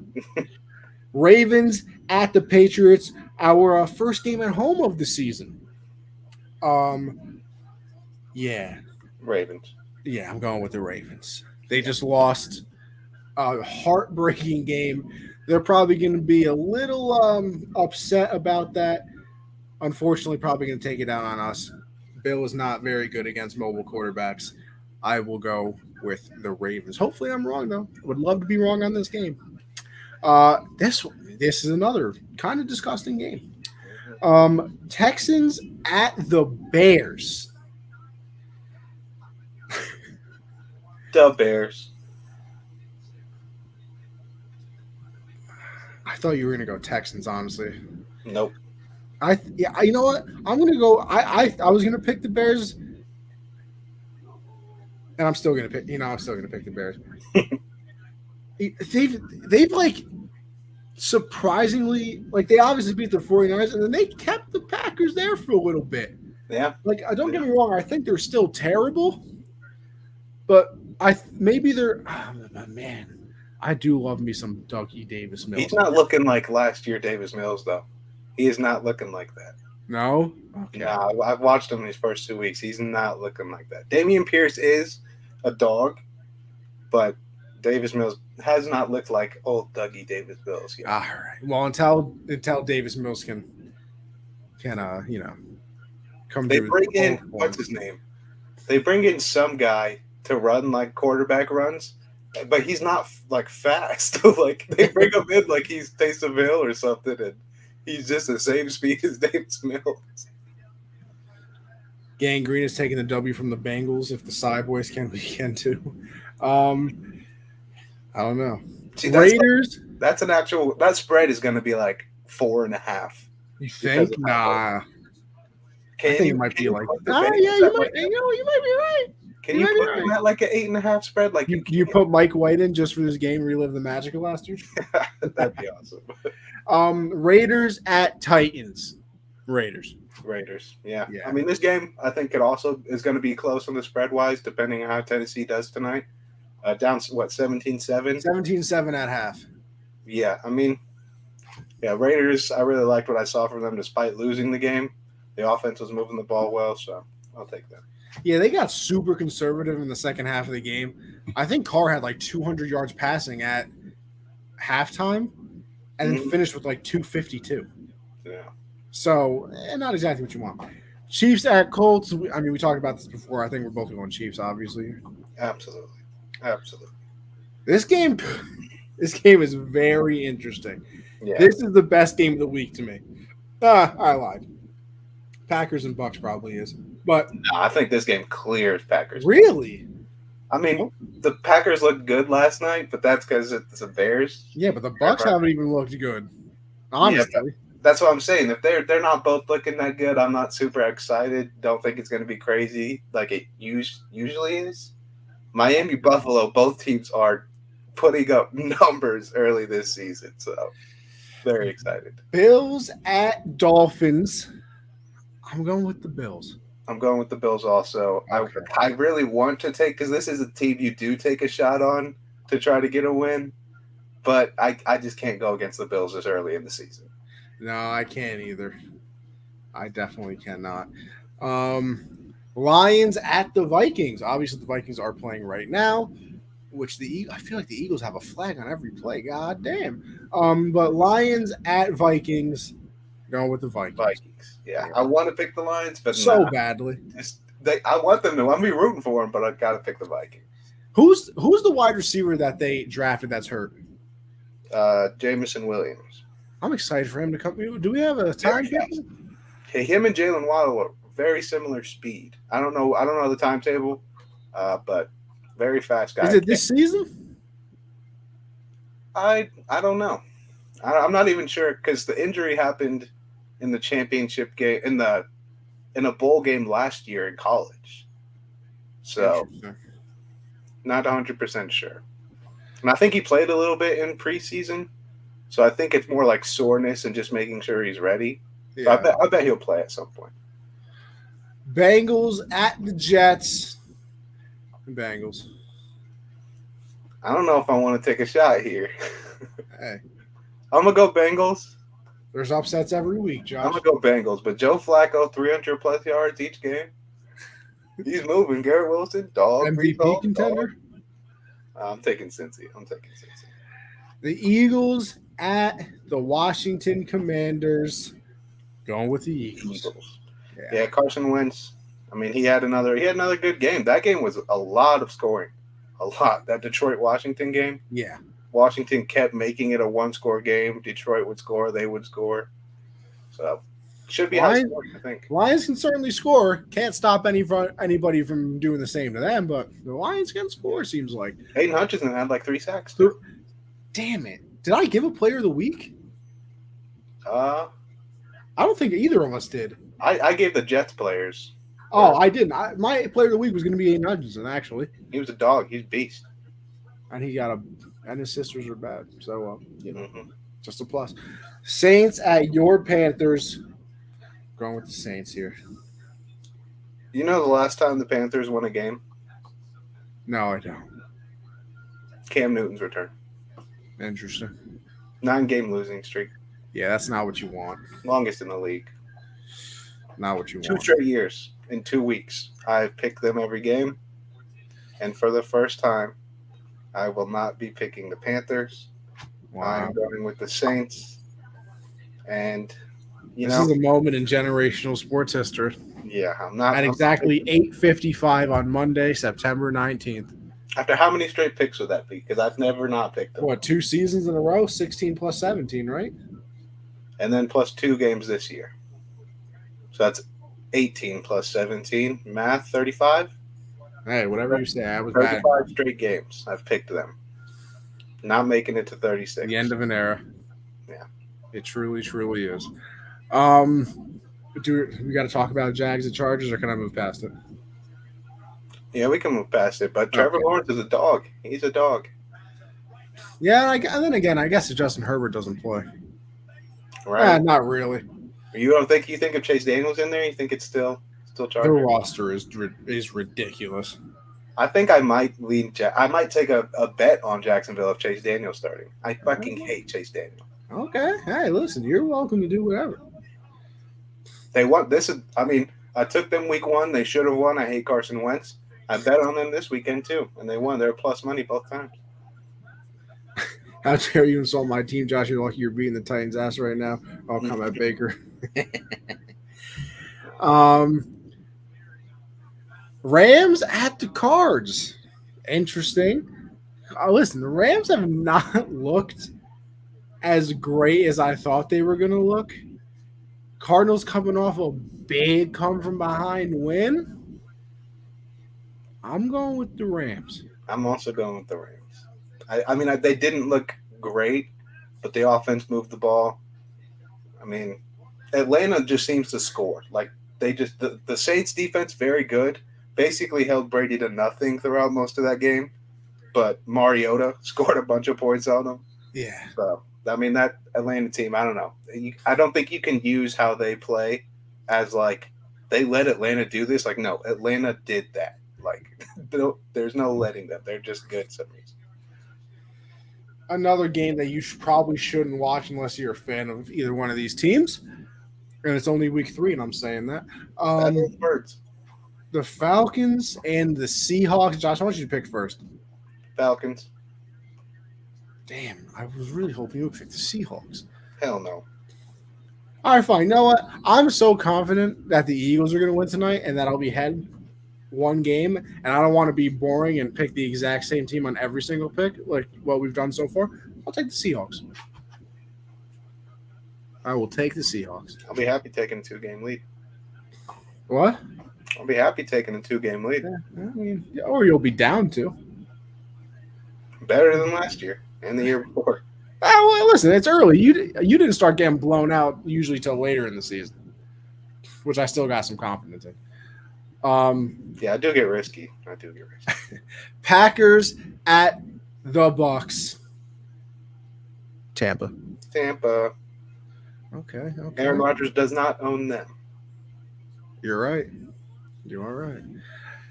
San Francisco 49ers, which when I saw this with Sunday Night Football before with Trey Lance, wasn't very interesting. Now with Jimmy, kind of interested. At the Denver Broncos, who we didn't even talk about this either. The fans counting down for the Broncos so they didn't get a delayed game. They got to delay a game on a field goal and had to punt. They are bad. Yeah. What's the coach's name? Is that Daniel Hackett? It is Hackett. That's what I thought. Yeah, it's been real ugly for him so far. Yeah. 49ers at Broncos. 49ers. I'm going with them as well. As you should.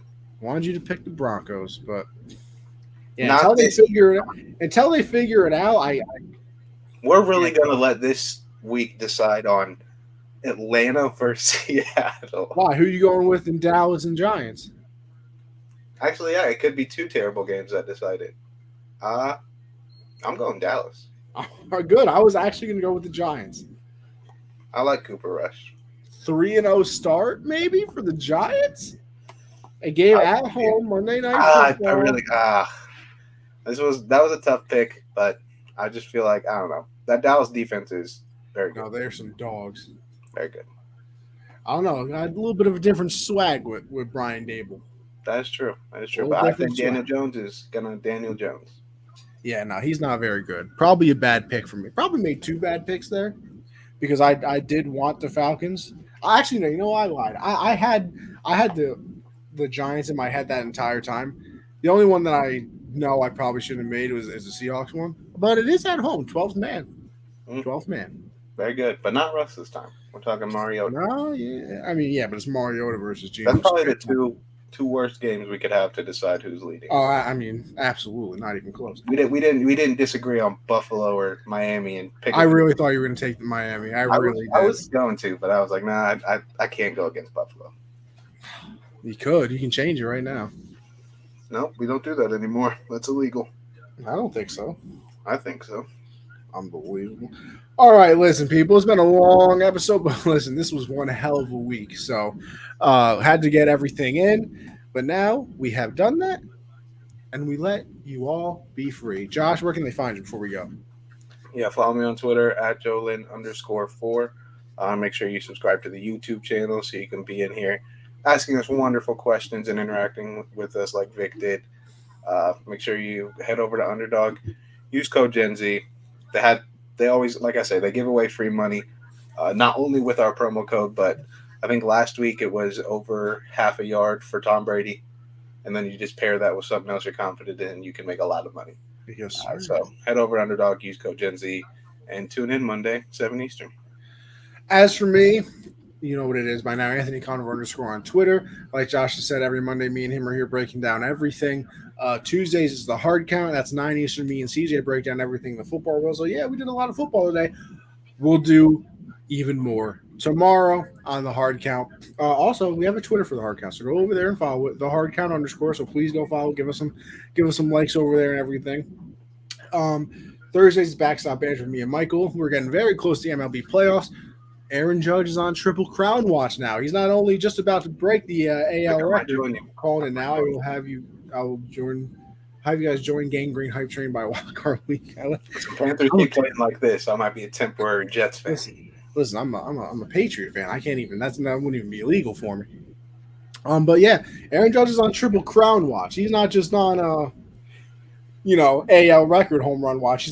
I believe he's 1 point away batting average wise from the Triple Crown. So unbelievable. Albert Pujols is going for 700 home runs, and obviously, like I said, the playoffs are right around the corner. With all that being said, appreciate everybody for tuning in. Wonderful episode as usual. Pod will be up tomorrow because Josh is always very good with that.